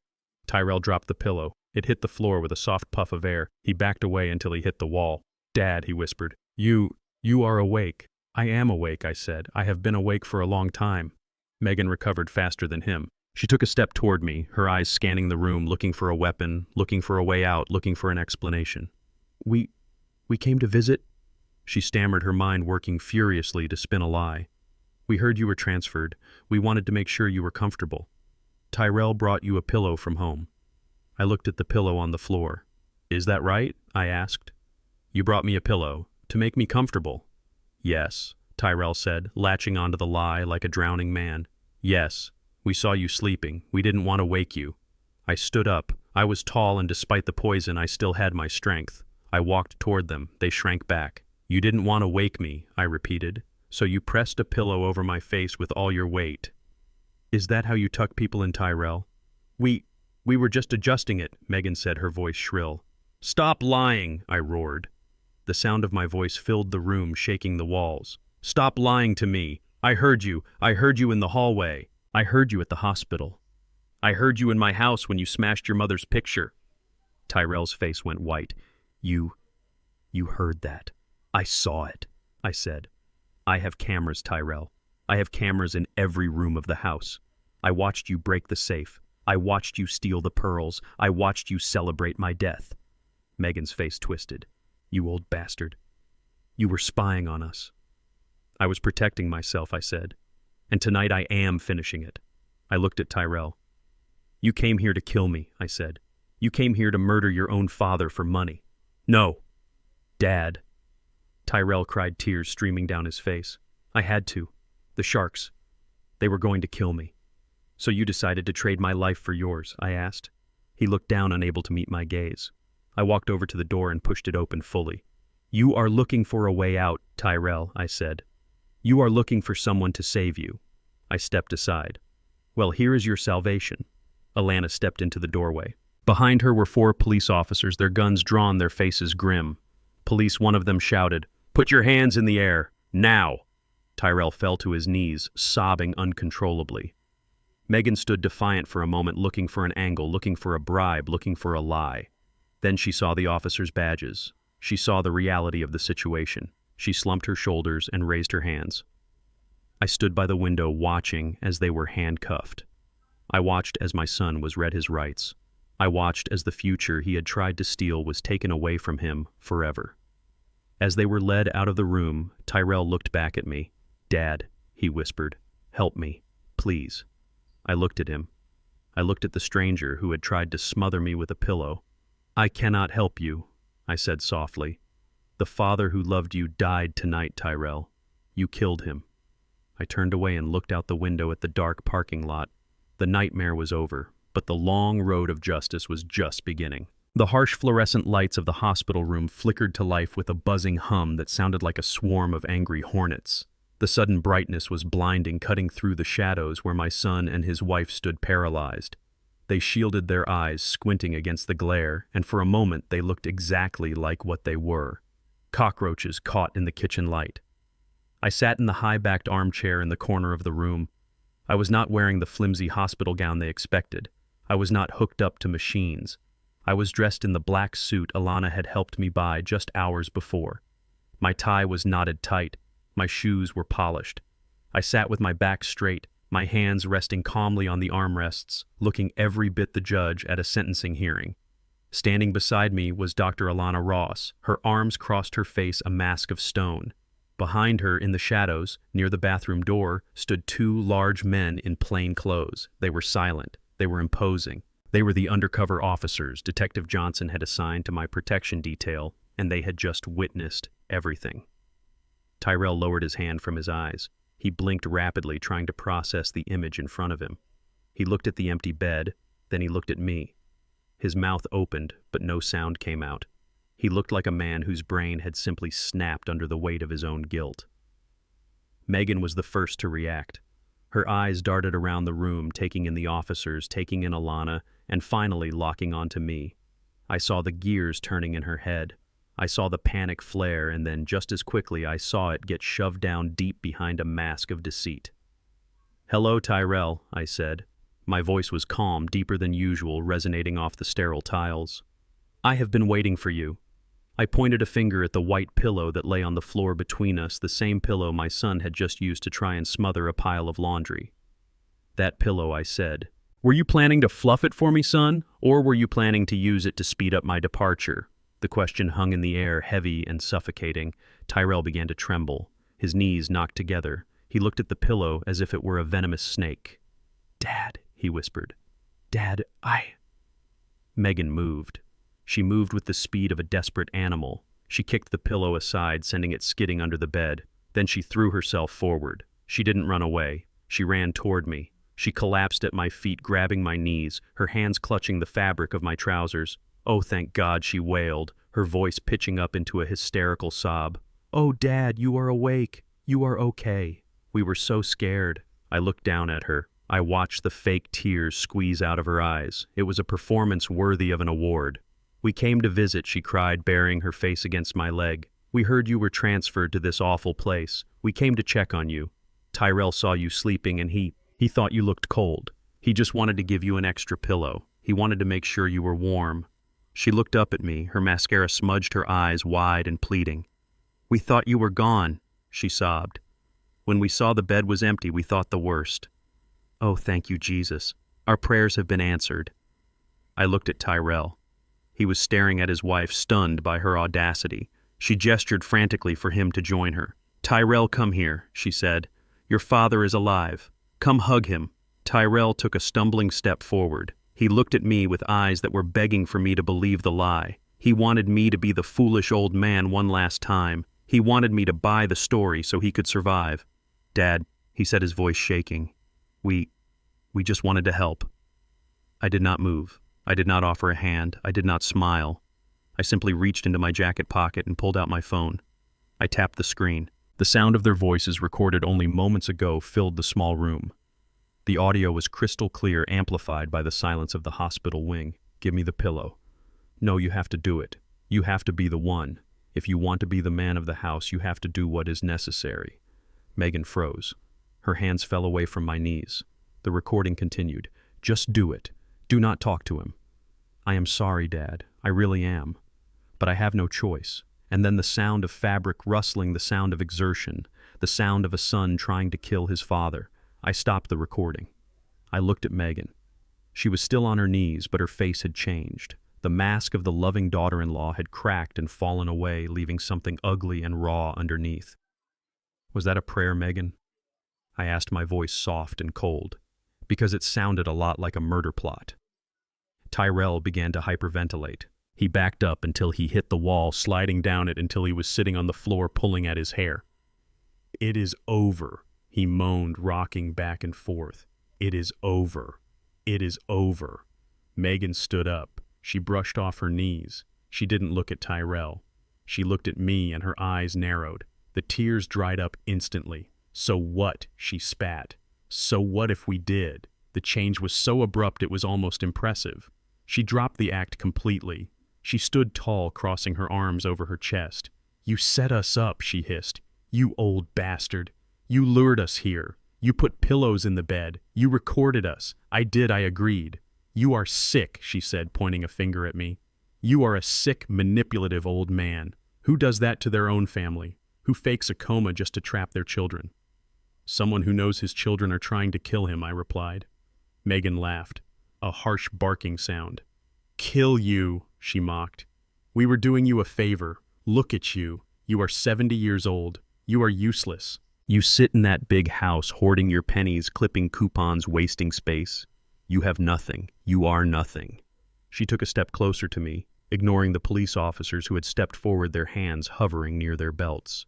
"You think you are clever," she said, sneering. "You think because you caught us on tape you win. You win nothing. You are still just a broke, lonely old man, and we are the only ones who even pretended to care about you." She looked at Tyrell, who was still sobbing on the floor. "Get up, Tyrell," she kicked his leg. "Stop crying. He cannot do anything to us." Tyrell looked up, his face wet with tears. "Megan, he recorded us. The police cannot do anything," Megan said, turning her glare back to me. "It was a pillow on a pile of laundry. There was no person in the bed. You cannot murder a pile of towels, Tyrell. It is not a crime to fluff a pillow. A good lawyer will tear this apart. He has nothing." I watched her, confident in her arrogance. She truly believed she was smarter than everyone in the room. She believed that because I was old, I was weak. She believed that because I lived simply, I was poor. She had no idea who she was talking to. "You are right, Megan," I said, standing up. My movement was fluid and strong. The weakness from the poison was gone, replaced by the adrenaline of justice. "You cannot murder a pile of towels," I continued, walking toward her. "But conspiracy to commit murder is a crime. Breaking and entering is a crime. Forging a power of attorney is a crime. Poisoning my coffee at the train station is a crime." Megan's eyes flickered. She took a half step back. "You have no proof of the coffee," she said quickly. "I have my blood work," I said. "I have the toxicology report from Dr. Ross. And I have the video from the station security cameras showing you handing me the cup." Her face paled slightly, but she held her ground. "Circumstantial," she said. "Is it?" I asked. "What about the document forger you hired?" "Paul Hayes." Megan stopped breathing. The color drained from her face, leaving her looking like a wax statue. How do you know that name?" she whispered. "Because he is in custody," I said. "He was arrested by the FBI last night. He told them everything, Megan. He told them about the $50,000 you paid him with stolen credit cards. He told them about the fake medical records. He told them about the will you tried to forge." I watched the walls close in on her. I watched the realization hit her that she wasn't just facing a family dispute. She was facing federal prison, but even then she tried to find a way out. She looked at Tyrell, then back at me. "It was him," she screamed, pointing at my son. "It was all Tyrell. He owes money to the mob. He forced me. I was scared. He said he would kill me if I didn't help him. Tyrell looked up, his mouth hanging open. Megan, what are you saying? You planned it all. He is a gambling addict, Megan shouted at me, ignoring her husband. He is dangerous. I am a victim here, Odell. You have to believe me. I looked at them both. My son the coward, his wife the snake. They were turning on each other, devouring themselves, just as I knew they would. The two police officers stepped forward. That is enough, the detective said, pulling out his handcuffs. Wait, I said, raising my hand. The officers stopped. They looked at me confused. Do not arrest them yet, I said. Megan looked at me, hope flaring in her eyes. Odell, she breathed. Thank you. We can work this out. I can explain. I looked at her with zero emotion. I am not arresting you tonight, I said, because jail is too safe for you right now. What do you mean? Tyrell asked, struggling to his feet. I mean, I said that I know about your deadline, Tyrell. I know about the Monday deadline. I know about the $500,000. Tyrell began to shake again. If I put you in jail tonight, I continued, you get a bed, you get a meal, you get protection. The sharks cannot touch you in a cell. I took a step closer to them until I was looming over them. I want you to go home, I said. I want you to spend the next 48 hours in that empty house knowing that you have no money. Knowing that the contract you signed with Mr. Cohen is worthless because the money is locked in escrow until I die. Knowing that you have absolutely no way to pay your debts. I want you to feel the fear, I said. I want you to sit in the mess you made and wait for the consequences to arrive. Megan stared at me. You are letting us go. Get out of my sight, I said, pointing to the door. Get out before I change my mind. Go home and wait for Monday. Megan didn't need to be told twice. She grabbed Tyrell's arm and dragged him toward the door. Let's go, she hissed. We have to run. We have to leave town. They scrambled out of the room like rats fleeing a sinking ship. I heard their footsteps running down the hallway, echoing into the night. Alana looked at me. Are you sure that was wise? She asked. They might run.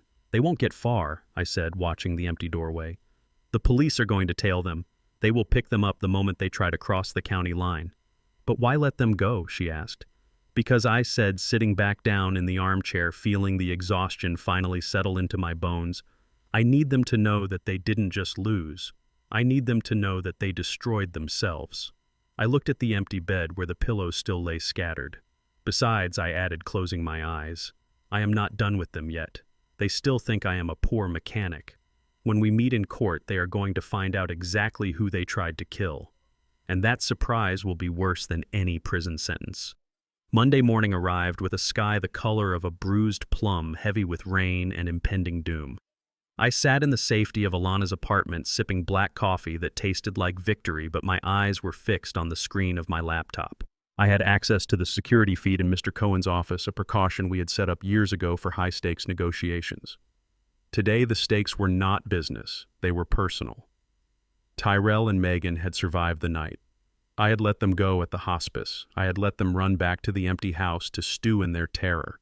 They had 48 hours before the loan sharks came to collect. They were desperate animals trapped in a cage of their own making. And like desperate animals, they did the only thing they knew how to do. They attacked. At 9 o'clock sharp, they burst into Mr. Cohen's reception area. They looked like wrecks. Tyrell was wearing the same suit from yesterday, but it was wrinkled and stained with sweat. His eyes were red-rimmed and wild, darting around the room as if he expected a gunman to jump out from behind the potted plants. Megan looked even worse. Her makeup was smeared. Her hair was a tangled mess, and the arrogance that usually carried her through life had been replaced by a frantic, manic energy. They pushed past the receptionist, ignoring her protests, and barged straight into Cohen's inner office. "We need to talk," Tyrell shouted, slamming his hands onto the mahogany desk.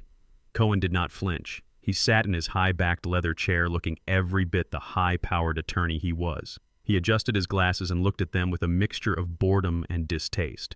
"Mr. and Mrs. Freeman," he said calmly, "to what do I owe the pleasure? I thought our business was concluded yesterday."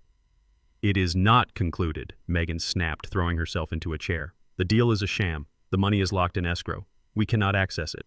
"That is the nature of the contract," Cohen said, shrugging. "I explained this. The funds require a death certificate." "Well, he is not dead," Tyrell blurted out. "He is alive. We saw him. He is awake." Cohen raised an eyebrow, feigning surprise. "Is that so? That is miraculous news. I assume this means the sale is canceled since your power of attorney was based on his incapacity. No, Megan screamed. No, the sale stands. We have a signed contract with the Orion Group. We want the money released now. On what grounds? Cohen asked. On the grounds that we are his legal guardians, Megan said, her voice shrill. If he is alive but mentally incompetent, we still control his assets. We want to invoke the power of attorney to seize control of the escrow account. We need that cash today. I watched them from my screen, marveling at their audacity.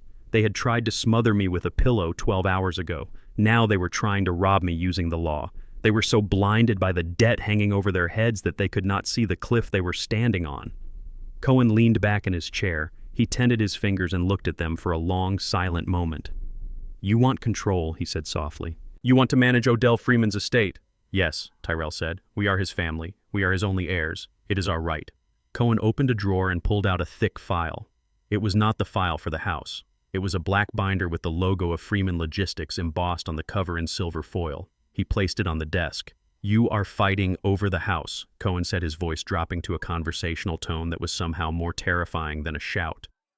You are panicked about a $1.5 million sale price that is locked in a bank. You are willing to commit forgery and murder for a few $100,000 to pay off a gambling debt. He opened the binder. It is tragic, really, because you have absolutely no idea who you are dealing with. What are you talking about? Megan asked, her eyes narrowing. We know who he is. He is a mechanic. He has a pension and a savings account. Cohen laughed. It was a dry, dusty sound. A mechanic. Is that what you think? You lived in his house for 10 years, you ate his food, you spent his money, and you never once asked where it came from. He spun the binder around so they could see the first page. It was a consolidated balance sheet. Odell Freeman is not a mechanic, Cohen said. He is the founder and sole owner of Freeman Automotive Logistics. He owns the land under the Tri-State Industrial Park. He owns a fleet of 200 transport trucks. He owns 3 apartment complexes in the downtown district. Tyrell leaned forward, squinting at the paper. His mouth fell open. I watched the blood drain from his face. It happened slowly, starting at his forehead and washing down to his chin until he looked like a sheet of paper. $18 million, Tyrell whispered. Megan snatched the binder. Her eyes scanned the columns of numbers. Assets, liabilities, equity. Her finger traced the bottom line. Total net worth, $18,400,000. She looked up at Cohen. Her face was a mask of shock. This is a mistake, she said, her voice trembling. This cannot be Odell. He drives a 10-year-old truck. He clips coupons for tuna fish. He wears work boots. He wears work boots because he likes to work, Cohen said. He drives a truck because he values reliability over vanity. He lives simply because he wanted to teach his son the value of $1. Cohen looked at Tyrell with profound disappointment. He failed, obviously. He wanted you to build your own life, Tyrell. He wanted you to be a man. Instead, you became a leech. Tyrell made a sound like a wounded animal. He sank back into his chair, his eyes unfocused. 18 million, he mumbled. 18 million. He looked at his hands, the hands that had held the pillow. I tried to kill him for the house, he whispered. I tried to kill him for a few $100,000, and he had 18 million. The realization hit them like a physical blow. It was not just regret. It was a soul-crushing sense of their own stupidity. They had been sitting at a table loaded with a feast, and they had fought over the crumbs on the floor. If I had just waited, Tyrell said, tears streaming down his face. If I had just been a good son, if I had just asked him for help with the gambling, he would have helped you, Cohen said. He would have paid the debt, Tyrell. He would have been angry, he would have been disappointed, but he would have written the check. He told me so himself. He said, my son is lost, but he is still my son. Tyrell put his head on the desk and sobbed. It was a guttural, ugly sound. Megan, however, was processing this differently. I saw the shock fade from her eyes, replaced by a new frantic calculation. $18 million. That was a life-changing amount of money. That was a private island amount of money. We are still his heirs, she said, her voice rising. He is alive. He is mentally incompetent according to the paperwork we filed. We are his guardians. That money is ours to manage. She looked at Cohen, a manic smile stretching her lips. We do not need the house money, she said, grabbing Tyrell's arm. Tyrell, wake up. We are rich. We control the estate. We can pay the sharks today. We just need access to the corporate accounts. Cohen closed the binder with a sharp snap. "I was wondering when you would get to that," he said. He reached into his briefcase and pulled out a single sheet of paper. It was fresh, crisp, and bore a signature in blue ink. My signature. "You seem to be operating under the assumption that the will you saw 5 years ago is still valid," Cohen said. "You are also operating under the assumption that Mr. Freeman is incapacitated." He slid the paper across the desk. "This is a codicil to the last will and testament of Odell Freeman," Cohen said. "It was signed this morning at 8 a.m. It was witnessed by 2 police officers and notarized by myself." Megan snatched the paper. Her eyes scanned the text. "What is this?" she whispered. "It is a poison pill clause," Cohen explained.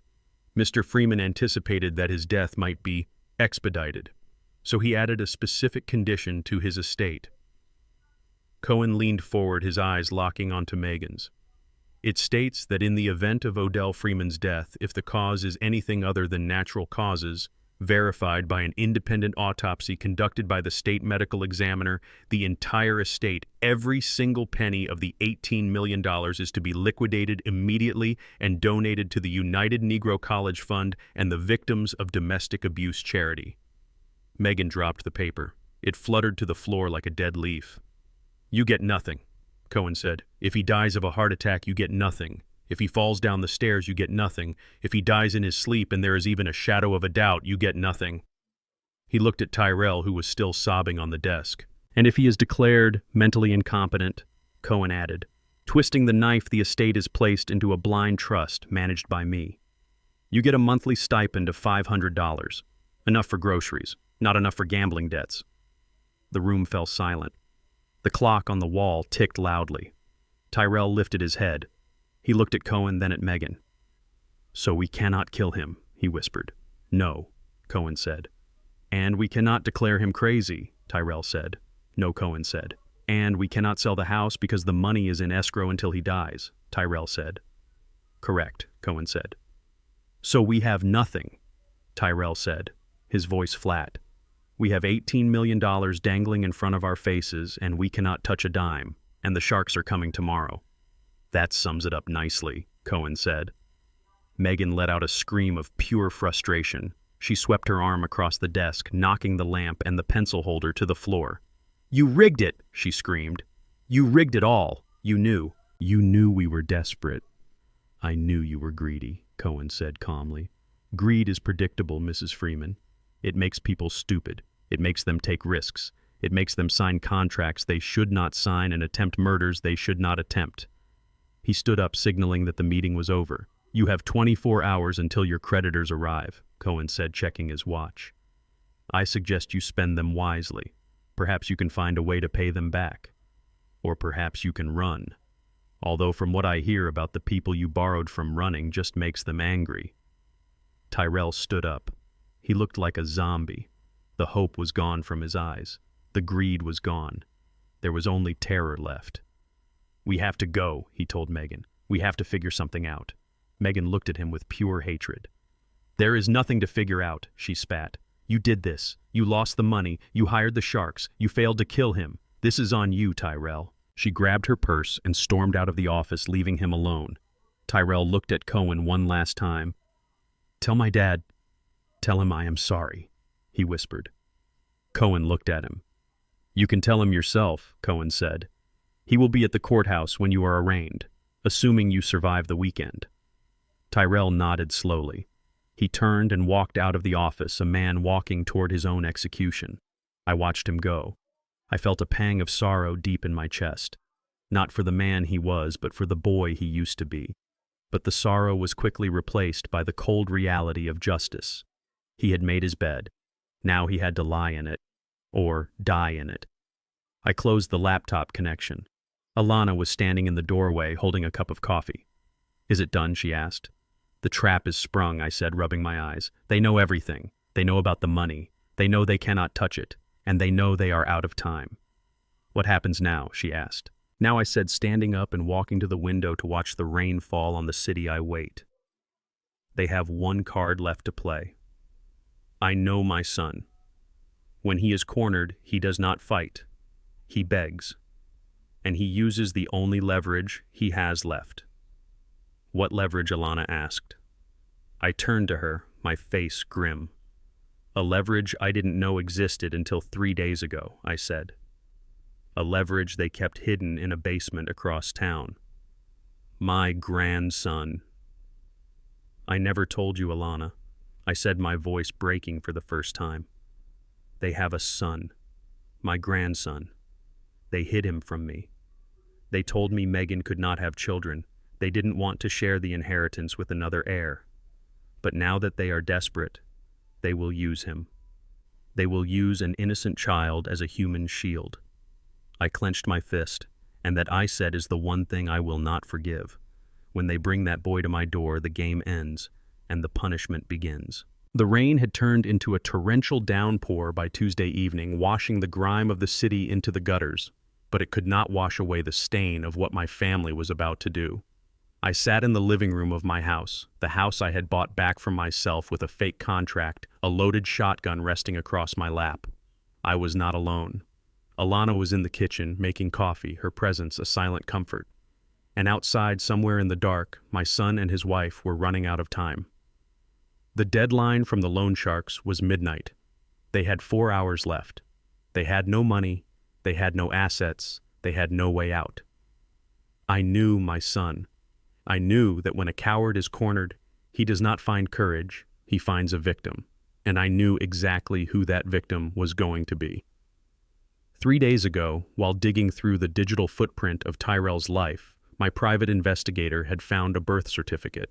It was for a boy named Leo, born 6 years ago to a woman Tyrell had dated before Megan. I remembered that time. Tyrell had disappeared for a year, telling me he was working on an oil rig. He lied. He was living in a basement apartment 3 towns over, hiding a child he did not want. When he met Megan, she gave him an ultimatum. Get rid of the baggage or lose the chance at the Freeman inheritance. So they hid the boy. They parked him with Megan's elderly aunt in a trailer park, sending just enough money to keep him alive, but not enough to let him thrive. They erased him. They told me Megan was barren. They denied me the only thing I wanted more than a legacy, a grandson.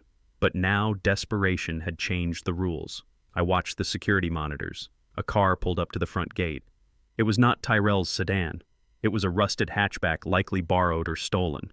The headlights cut through the rain, illuminating the iron bars of the gate I had installed to keep the world out. The car doors opened.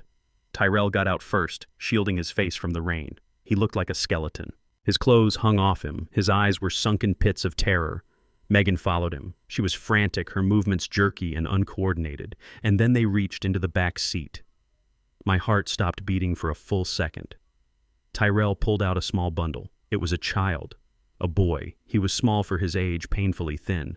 They had dressed him in a tattered, oversized t-shirt and shorts, even though it was 40 degrees and raining. He was barefoot. He was shivering so violently I could see his small shoulders shaking from the camera mounted 20 feet away. They were using him as a prop. They had stripped him of his dignity to play on my sympathy. They were banking on the fact that I was not a monster, even if they were. Megan grabbed the boy by the shoulder and marched him toward the intercom. She pushed him forward until his face was pressed against the cold metal box. "Do it!" she screamed, her voice distorted by the speaker system. Tell him. Tell him you are hungry." The boy did not speak. He just stared at the camera lens, his eyes wide and dark, filled with a terror no 6-year-old should ever know. He looked so much like Tyrell did when he was that age it made my chest ache. "Say it," Tyrell shouted from behind him. "Tell Grandpa you want to come inside." The boy whimpered. "Grandpa," he whispered, "I am cold." That sound broke me. It shattered the wall of ice I had built around my heart. It wasn't the plea of a manipulator. It was the cry of a child who had been used as a pawn his entire life. Megan grabbed the intercom button. "Odell, I know you are watching," she screamed. "Look at him. This is your blood. This is your grandson, Leo. We didn't want to tell you, but we have no choice. We have no food, Odell. We have nowhere to go. If you do not let us in, he is going to freeze out here." She paused, waiting for a reaction. When the gate didn't open, she played her ace. "The men are coming, Odell. The men who want the money. If we are out here when they arrive, they won't just hurt us. They will hurt him. Do you want that on your conscience? Do you want your grandson's blood on your driveway?" I stood up. The shotgun felt heavy in my hand, but my grip was steady. I walked to the front door and unlocked it. "Stay here," I told Alana. "Call 911 if you hear a shot." I stepped out onto the porch. The rain hammered against the roof louder than the blood rushing in my ears. I walked down the driveway, my boots splashing in the puddles. I stopped 10 feet from the gate. I saw them through the iron bars. They looked like drowned rats. Megan was holding Leo by the neck, her fingers digging into his skin. Tyrell was standing behind her, looking over his shoulder at every shadow, terrified that the Reaper was already coming for him. "They saw me," Dad Tyrell cried, running to the bars. "Dad, please, open the gate. We are sorry. We are so sorry." I did not look at him. I looked at the boy. Leo looked back at me. He didn't know who I was. To him, I was just another angry adult in a world full of them. But in his eyes, I saw Etta. I saw the same shape, the same depth. "Let the boy go," I said, my voice cutting through the sound of the rain. Megan pushed Leo forward until his chest was pressed against the bars. "We all come in or nobody comes in," she shouted. "We are a family, Odell. You take all of us." I looked at her. I looked at the woman who had poisoned my coffee. I looked at the woman who had tried to smother me. And I realized that she would let that boy die right there on the sidewalk if it meant saving her own skin. "You have 3 seconds," I said, reaching into my pocket for the remote control to the gate. "I am opening this gate for exactly 5 seconds. If that boy is not inside by the time it closes, I am leaving him out here with you." Megan's eyes widened. "You wouldn't dare." "Try me," I said. I pressed the button. The motor whirred. The heavy iron gate began to slide open slowly, inch by inch. Megan hesitated. She looked at the opening, then at Tyrell, then at me. She was calculating the odds. She was wondering if she could rush me. "Go!" Tyrell shouted, pushing Leo. "Run inside, Leo. Run to Grandpa." The boy stumbled forward, slipping on the wet pavement. He scrambled up and ran through the gap.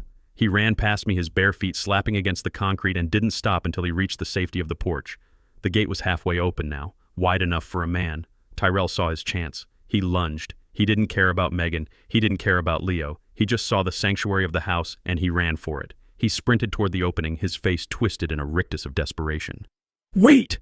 Megan screamed, grabbing at his jacket, but he shook her off. Tyrell crossed the threshold. He was inside the perimeter. He thought he had made it. He thought his father's love, or at least his father's weakness, had saved him one last time. He looked at me, a smile of relief breaking across his face. "Dad," he panted. "Thank you. I knew you wouldn't—" Click, clack. The sound of the shotgun racking a shell into the chamber was loud enough to silence the rain. Tyrell froze. He looked down. The barrel of the 12 gauge was pointed directly at his left kneecap. I didn't blink. I didn't waver. I looked my son in the eye, and I saw the moment his soul finally broke. I took the boy, I said, my voice low and terrifying. "That was the deal." But Dad Tyrell whispered, raising his hands. "I am your son." "No," I said. "My son is dead. You are the man who killed him." I took a step forward, pressing the barrel of the gun until it was inches from his soaked trousers. "You have 1 second to step back across that line," I said. "If you take one more step toward my house, I will blow your leg off, and then I will drag you out to the street and leave you for the sharks."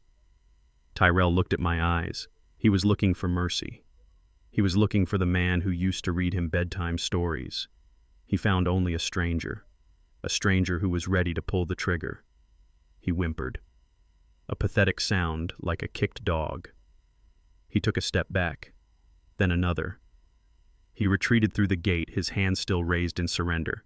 Megan was standing outside, soaking wet, staring at me with a hatred that could burn down cities, but she didn't move. She knew I wasn't bluffing. I pressed the button on the remote. The gate stopped, then reversed direction. It began to slide shut. Tyrell stood there in the rain, watching his salvation disappear. "Dad," he screamed, "they are going to kill us. They are going to kill us tonight." "I know," I said. The gate clanged shut. The electronic lock engaged with a finality that echoed in the night. I stood there for a moment, watching them through the bars. 2 ghosts haunting the life they had thrown away. Then I turned my back on them. I walked up the driveway toward the porch where a shivering little boy was waiting for me. I laid the shotgun down on the swing. I took off my dry suit jacket and wrapped it around his small shoulders. "Come inside, Leo," I said softly. "It is warm inside, and there is plenty of food." The boy looked up at me. "Who are you?" he asked, his teeth chattering. "I am your grandfather," I said, picking him up. He was light, too light. "And I am going to make sure you never have to be cold again." As I carried him into the house, I heard Tyrell screaming my name from the street. I didn't look back. I closed the heavy oak door and locked it. The world outside could do what it wanted with Tyrell and Megan. In here I had a new life to save. And this time, I wasn't going to fail. The heavy oak door clicked shut, locking out the storm and the two people who had once been my family. Inside the house was warm and quiet, save for the soft humming of the refrigerator and the rhythmic breathing of my grandson Leo, who had fallen asleep almost instantly on the sofa, wrapped in a dry blanket.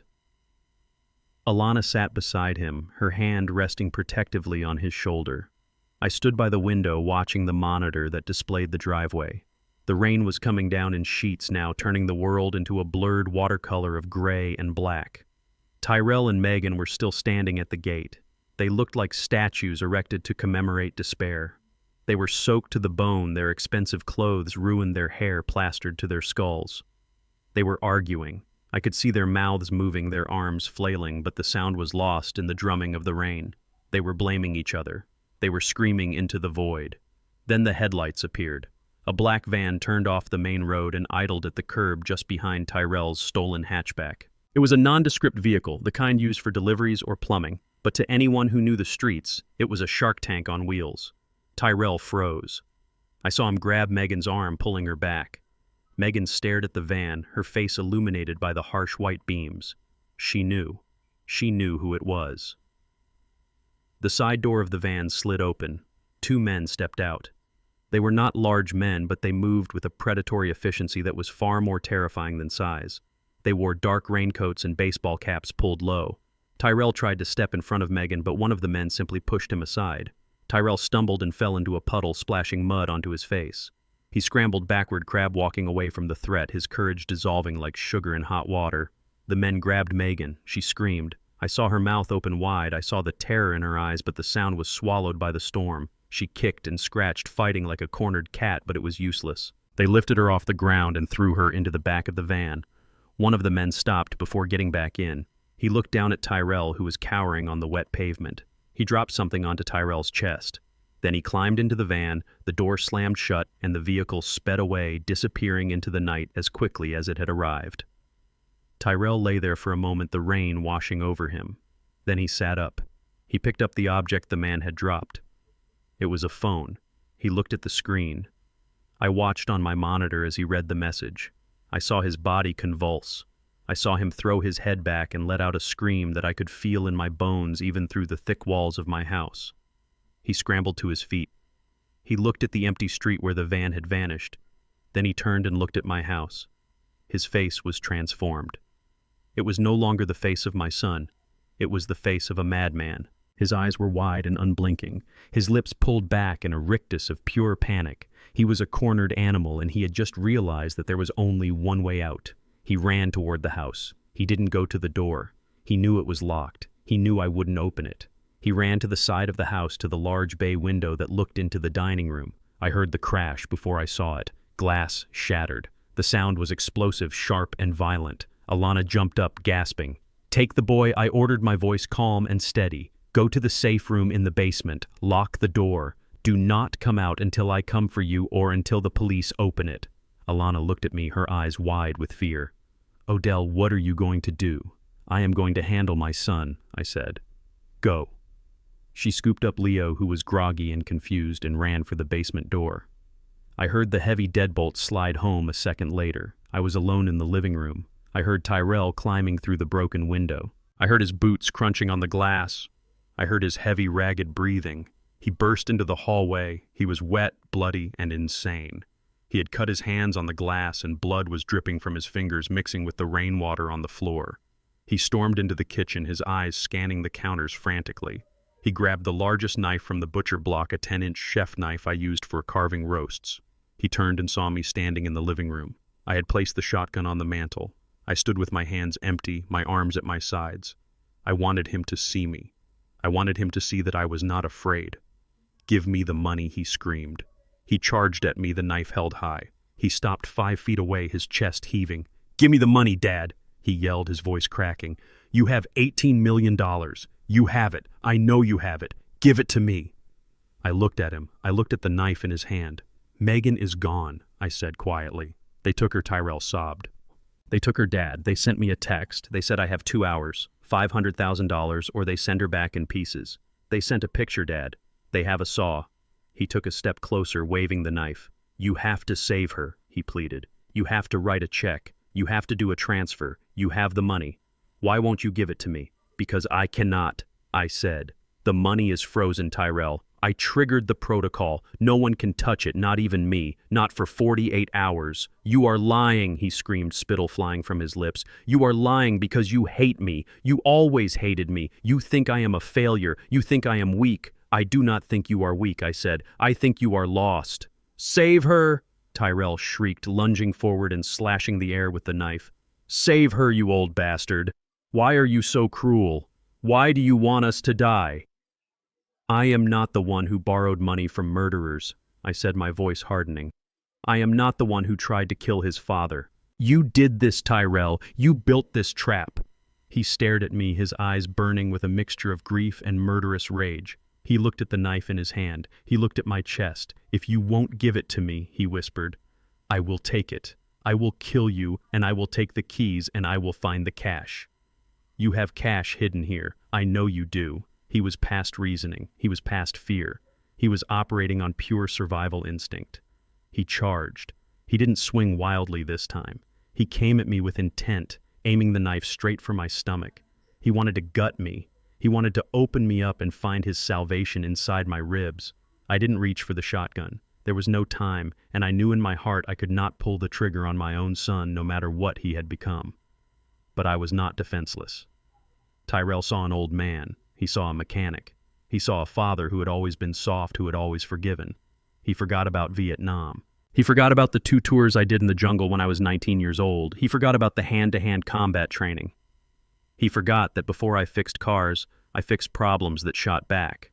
I didn't move until he was within striking distance. When the knife thrust came, I stepped to the side, pivoting on my left foot. The blade sliced through the air inches from my jacket. I grabbed his wrist with my left hand, clamping down on the pressure point with a grip that had been forged by 40 years of turning wrenches. Tyrell gasped, his fingers flying open in reflex. The knife clattered to the floor. I didn't let go. I pulled him forward, using his own momentum against him. I drove my right shoulder into his chest, knocking the wind out of him. As he doubled over, I swept his legs out from under him. He hit the floor hard. Before he could scramble up, I was on him. I twisted his arm behind his back and pinned him to the hardwood floor with my knee. I applied just enough pressure to keep him immobilized. He struggled, thrashing against my weight, but he was soft. He had spent his life sitting in cars and gambling halls. I had spent my life lifting engine blocks and hauling steel. He was no match for me. Stop, I shouted, pressing his face into the floor. Stop fighting, Tyrell. He let out a wail of despair and went limp. He lay there, sobbing into the wood, his tears mixing with the blood from his hands. Why, he cried. Why didn't you just give me the money, Dad? It is just paper to you. It is just numbers in a book. Why did you make me do this? I leaned down close to his ear. My heart was pounding, but my voice was steady. I didn't give you the money, Tyrell, because I knew exactly what you would do with it. I knew you wouldn't pay off the debt. I knew you wouldn't start over. I tightened my grip on his arm. I knew you would use it to buy poison, I said. I knew you would use it to hire someone to finish the job you started at the station. I knew that as long as I was alive, I was an obstacle to you. And I knew that money would not save you. It would only arm you. And I was right, I whispered. Look at you. You broke into my house. You pulled a knife on your father. You proved me right, Tyrell. He sobbed harder, his body shaking under my knee. What about Megan? He choked out. They are going to kill her. I reached into my pocket with my free hand and pulled out my phone. I dialed a number I had programmed earlier. Detective Johnson, I said into the phone. It is Odell. He is here. I have him restrained, and I have the location of the van. Tyrell froze. You know where they are. I tracked Megan's phone, I told him. I put a tracker on her car 3 days ago, Tyrell, just like you put one on mine. I spoke back into the phone. The van is heading east on I-95. They are taking her to the old shipyard. Intercept them and send a unit to my house. I hung up. Tyrell lay there stunned. "You are saving her," he whispered, "after everything she did. After she tried to kill you." "I am not saving her for you," I said, standing up and backing away, keeping my eyes on him. "I am saving her for the jury. I want her alive so she can stand trial. I want her to spend the rest of her life in a cage thinking about the mistake she made when she underestimated me." Tyrell rolled over onto his back. He looked up at the ceiling, his eyes empty. "And me?" he asked. "What happens to me?" In the distance, the sound of sirens began to rise, cutting through the storm. They were coming closer. "You," I said, looking down at the stranger on my floor, "are going to prison, son. You are going to go to a place where money does not matter. And you are going to have a long, long time to think about the value of $1. The red and blue lights of the police cruisers flashed through the broken window, painting the walls in strokes of violence and law. The front door burst open. Officers swarmed into the room, guns drawn. I pointed at Tyrell. "He is all yours," I said. As they dragged him up and handcuffed him, he looked at me one last time. "I am sorry, Dad." He wept. I turned my back on him. I walked toward the basement door to release my grandson. "I know," I said to the empty room, "but sorry does not bring back the dead. And tonight, Tyrell, you are dead to me." The police station was a chaotic hive of activity, buzzing with the energy of a major bust. Detective Johnson had coordinated the raid on the shipyard with military precision, and the results were immediate. Megan was found huddled in the back of the van, terrified but physically unharmed. The loan sharks had scattered like roaches when the floodlights hit them, leaving her behind as dead weight. She was brought into the precinct wrapped in a gray wool blanket, looking like the victim she so desperately wanted the world to believe she was. Tyrell was already there, sitting in a holding cell, his head in his hands, staring at the concrete floor as if it were a portal to hell. I stood in the observation room next to Alana, watching the monitor. We watched as Megan was led through the bullpen by a female officer. She saw a detective approaching with a clipboard, and she smiled a weak, trembling smile, thinking she was about to be released into protective custody. She pulled the blanket tighter around her shoulders, shivering for effect. Thank God, she wept, her voice loud enough for the room to hear. "I want to press charges against those men. They kidnapped me. They threatened my life. My husband owes them money, and they took me to get to him." The detective stopped in front of her. He didn't offer her a pen for a statement. He didn't offer her a cup of coffee. He reached into his belt and pulled out a pair of handcuffs. The metal clicked ominously in the fluorescent light. "Megan Vance, you are under arrest for conspiracy to commit murder in the first-degree attempted murder and fraud," the officer said, his voice cutting through the noise of the station like a knife. Megan's jaw dropped. The color drained from her face, leaving her looking like a ghost. "What?" she stammered, backing away. "No, I am the victim here. You do not understand. My husband owes money to the mob. They took me.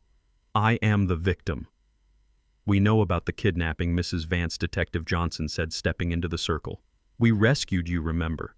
But we also know about the poison at Union Station. We know about the pillow at the hospice. And we know about the forged documents found in your apartment."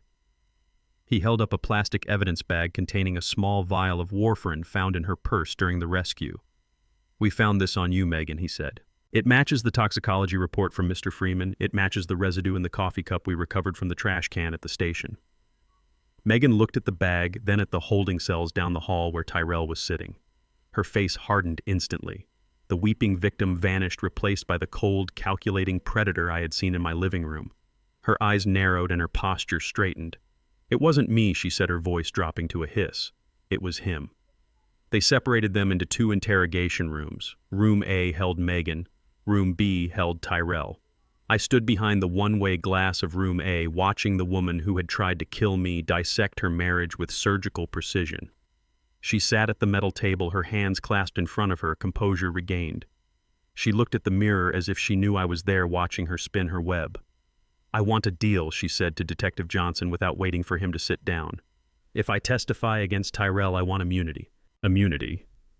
Johnson laughed a dry, humorless sound. "For attempted murder. You are not in a position to bargain, Megan. You are looking at life in prison." "I was coerced," she stated flatly. "Tyrell is a drug addict and a gambler. He has a violent temper. He told me that if I didn't help him get his father's money, the loan sharks would kill us both. He threatened to hurt me. He threatened to hurt his son, Leo." I felt a surge of rage, so hot it almost blinded me. She was using the boy again, the boy she had abandoned in the rain, the boy she had called a burden. She was using his name to save her own skin. I didn't want to poison the coffee. She continued, her voice smooth as silk. Tyrell made me buy it. He put the powder in. I just handed it to Odell because I was terrified of what Tyrell would do if I refused. And the hospice. He dragged me there. I tried to stop him. I told him it was wrong. That is why I screamed when the police came in. I was relieved. I wanted to be caught. It was a masterpiece of lies. She was painting my weak, spineless son as a criminal mastermind and herself as the battered wife forced into a life of crime. She was rewriting history in real time, hoping that her tears and her gender would buy her sympathy. Johnson left the room without saying a word and went next door to room B.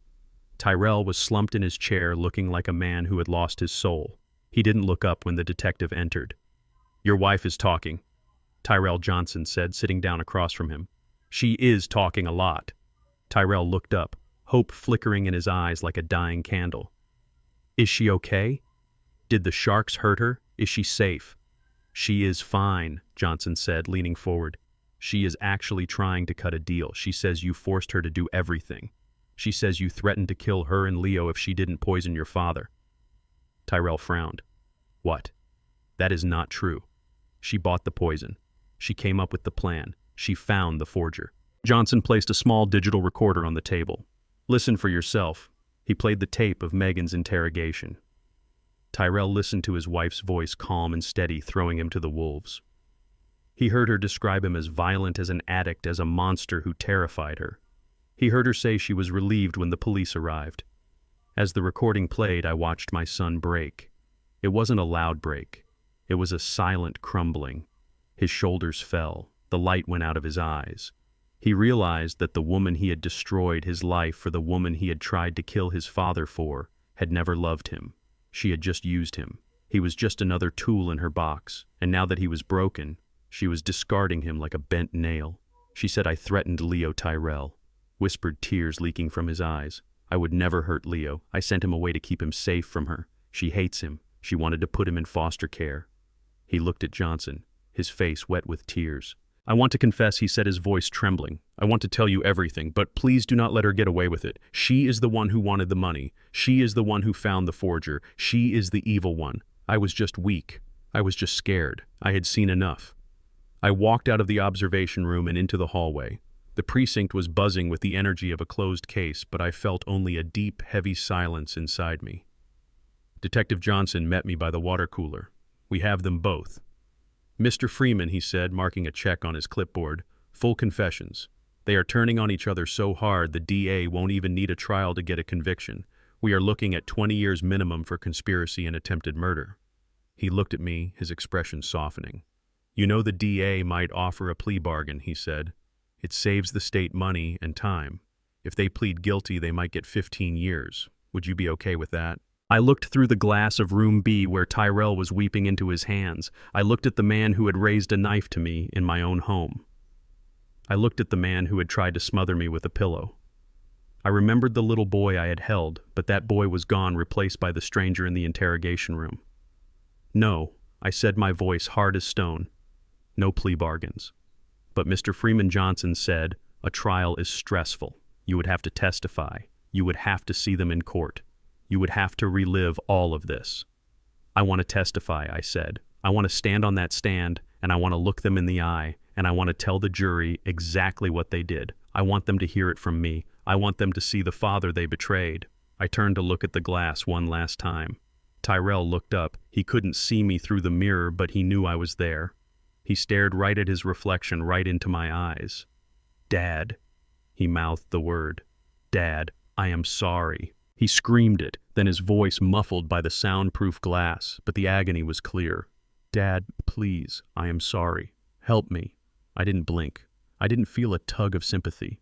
I felt only the weight of the decision I had made. He had made his choice when he picked up the pillow. He had made his choice when he picked up the knife. Now I was making mine. "Prosecute them to the fullest extent of the law," I told Johnson. "I will be your star witness, and I will make sure they never hurt anyone again." I turned my back on the window. I turned my back on my son. "Let's go, Alana," I said, walking toward the exit. "We have a little boy waiting for us at home." and I have a lot of work to do to fix the damage my family caused.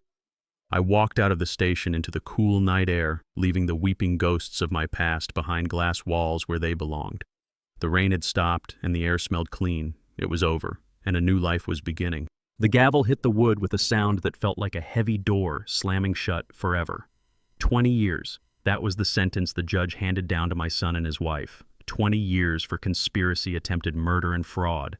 I sat in the back of the courtroom watching the bailiffs lead them away. Megan was weeping loudly, her cries echoing off the high ceilings, blaming everyone but herself until the heavy doors swallowed her voice. Tyrell did not cry. He stopped just before he crossed the threshold and looked back at me. His eyes were empty, stripped of the arrogance and the greed that had defined him for so long.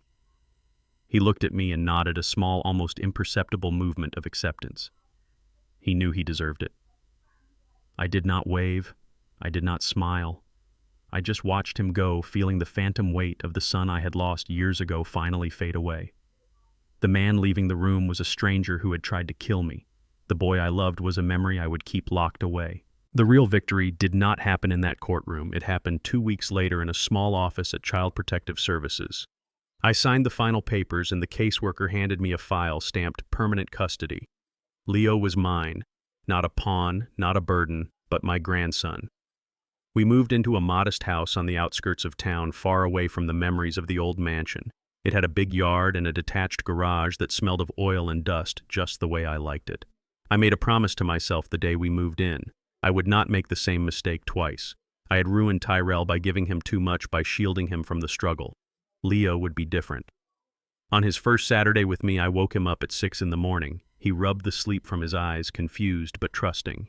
We went out to the garage where I had an old engine block sitting on a stand.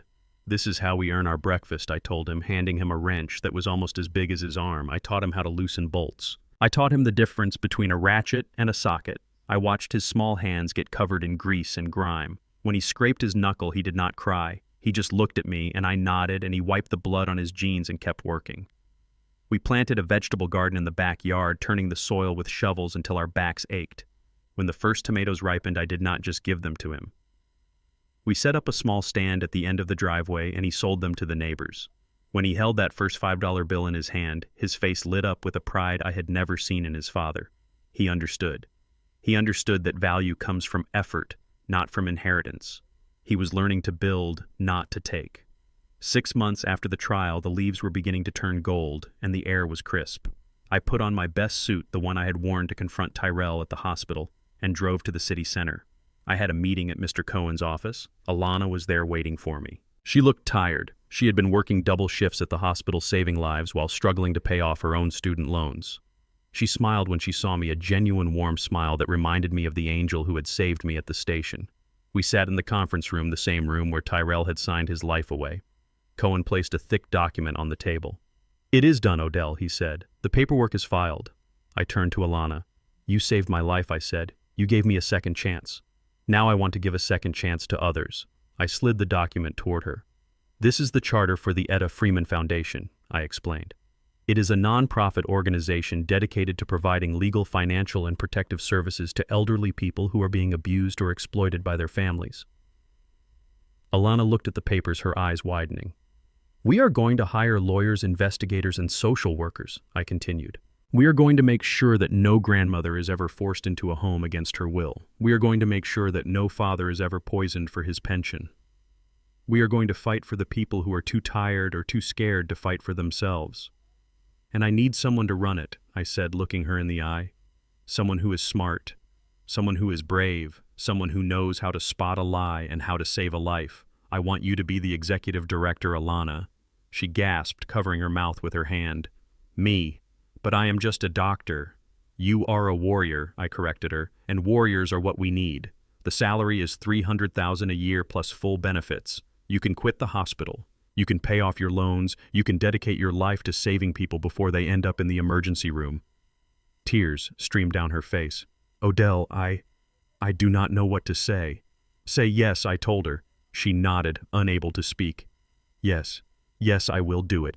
"There is one more thing," Cohen interjected. He reached into his pocket and pulled out a set of keys. They were heavy brass keys attached to a leather fob. I recognized them immediately.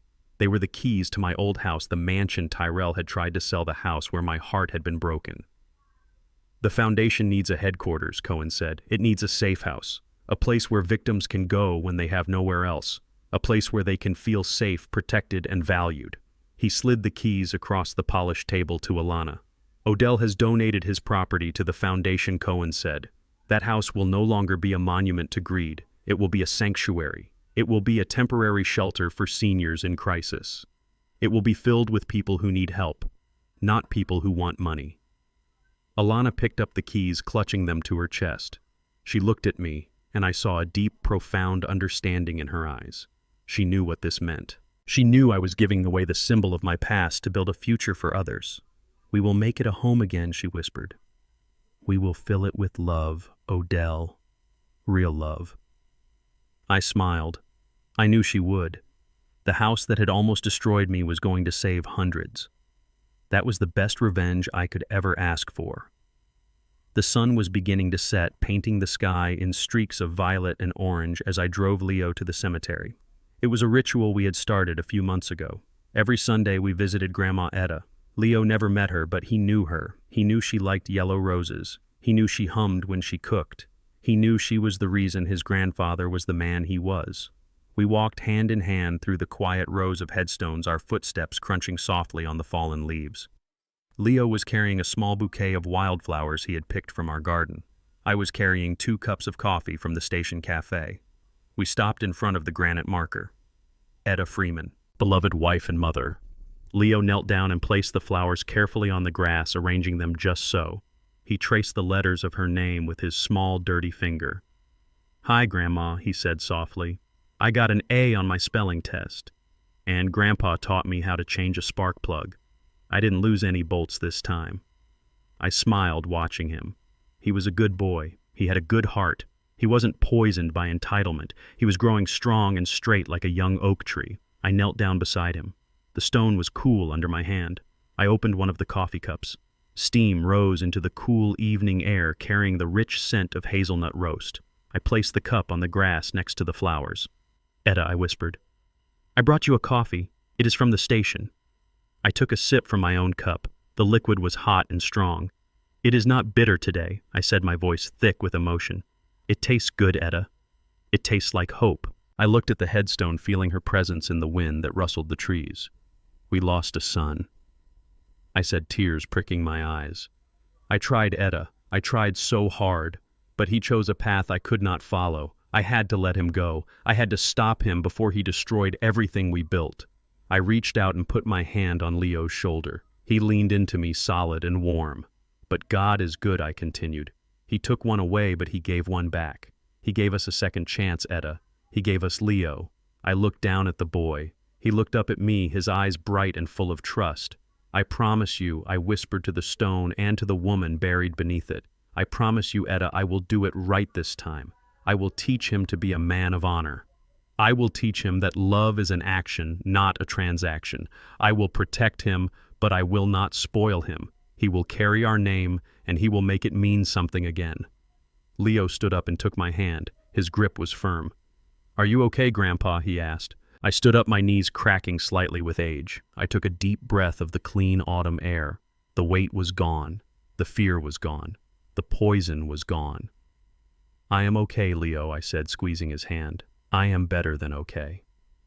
I looked toward the horizon where the sun was dipping below the tree line, casting long golden shadows across the grass. The future was out there waiting for us. It wasn't the future I had planned 40 years ago, but it was a good future, an honest future. "Let's go home, son," I said. "We have work to do tomorrow."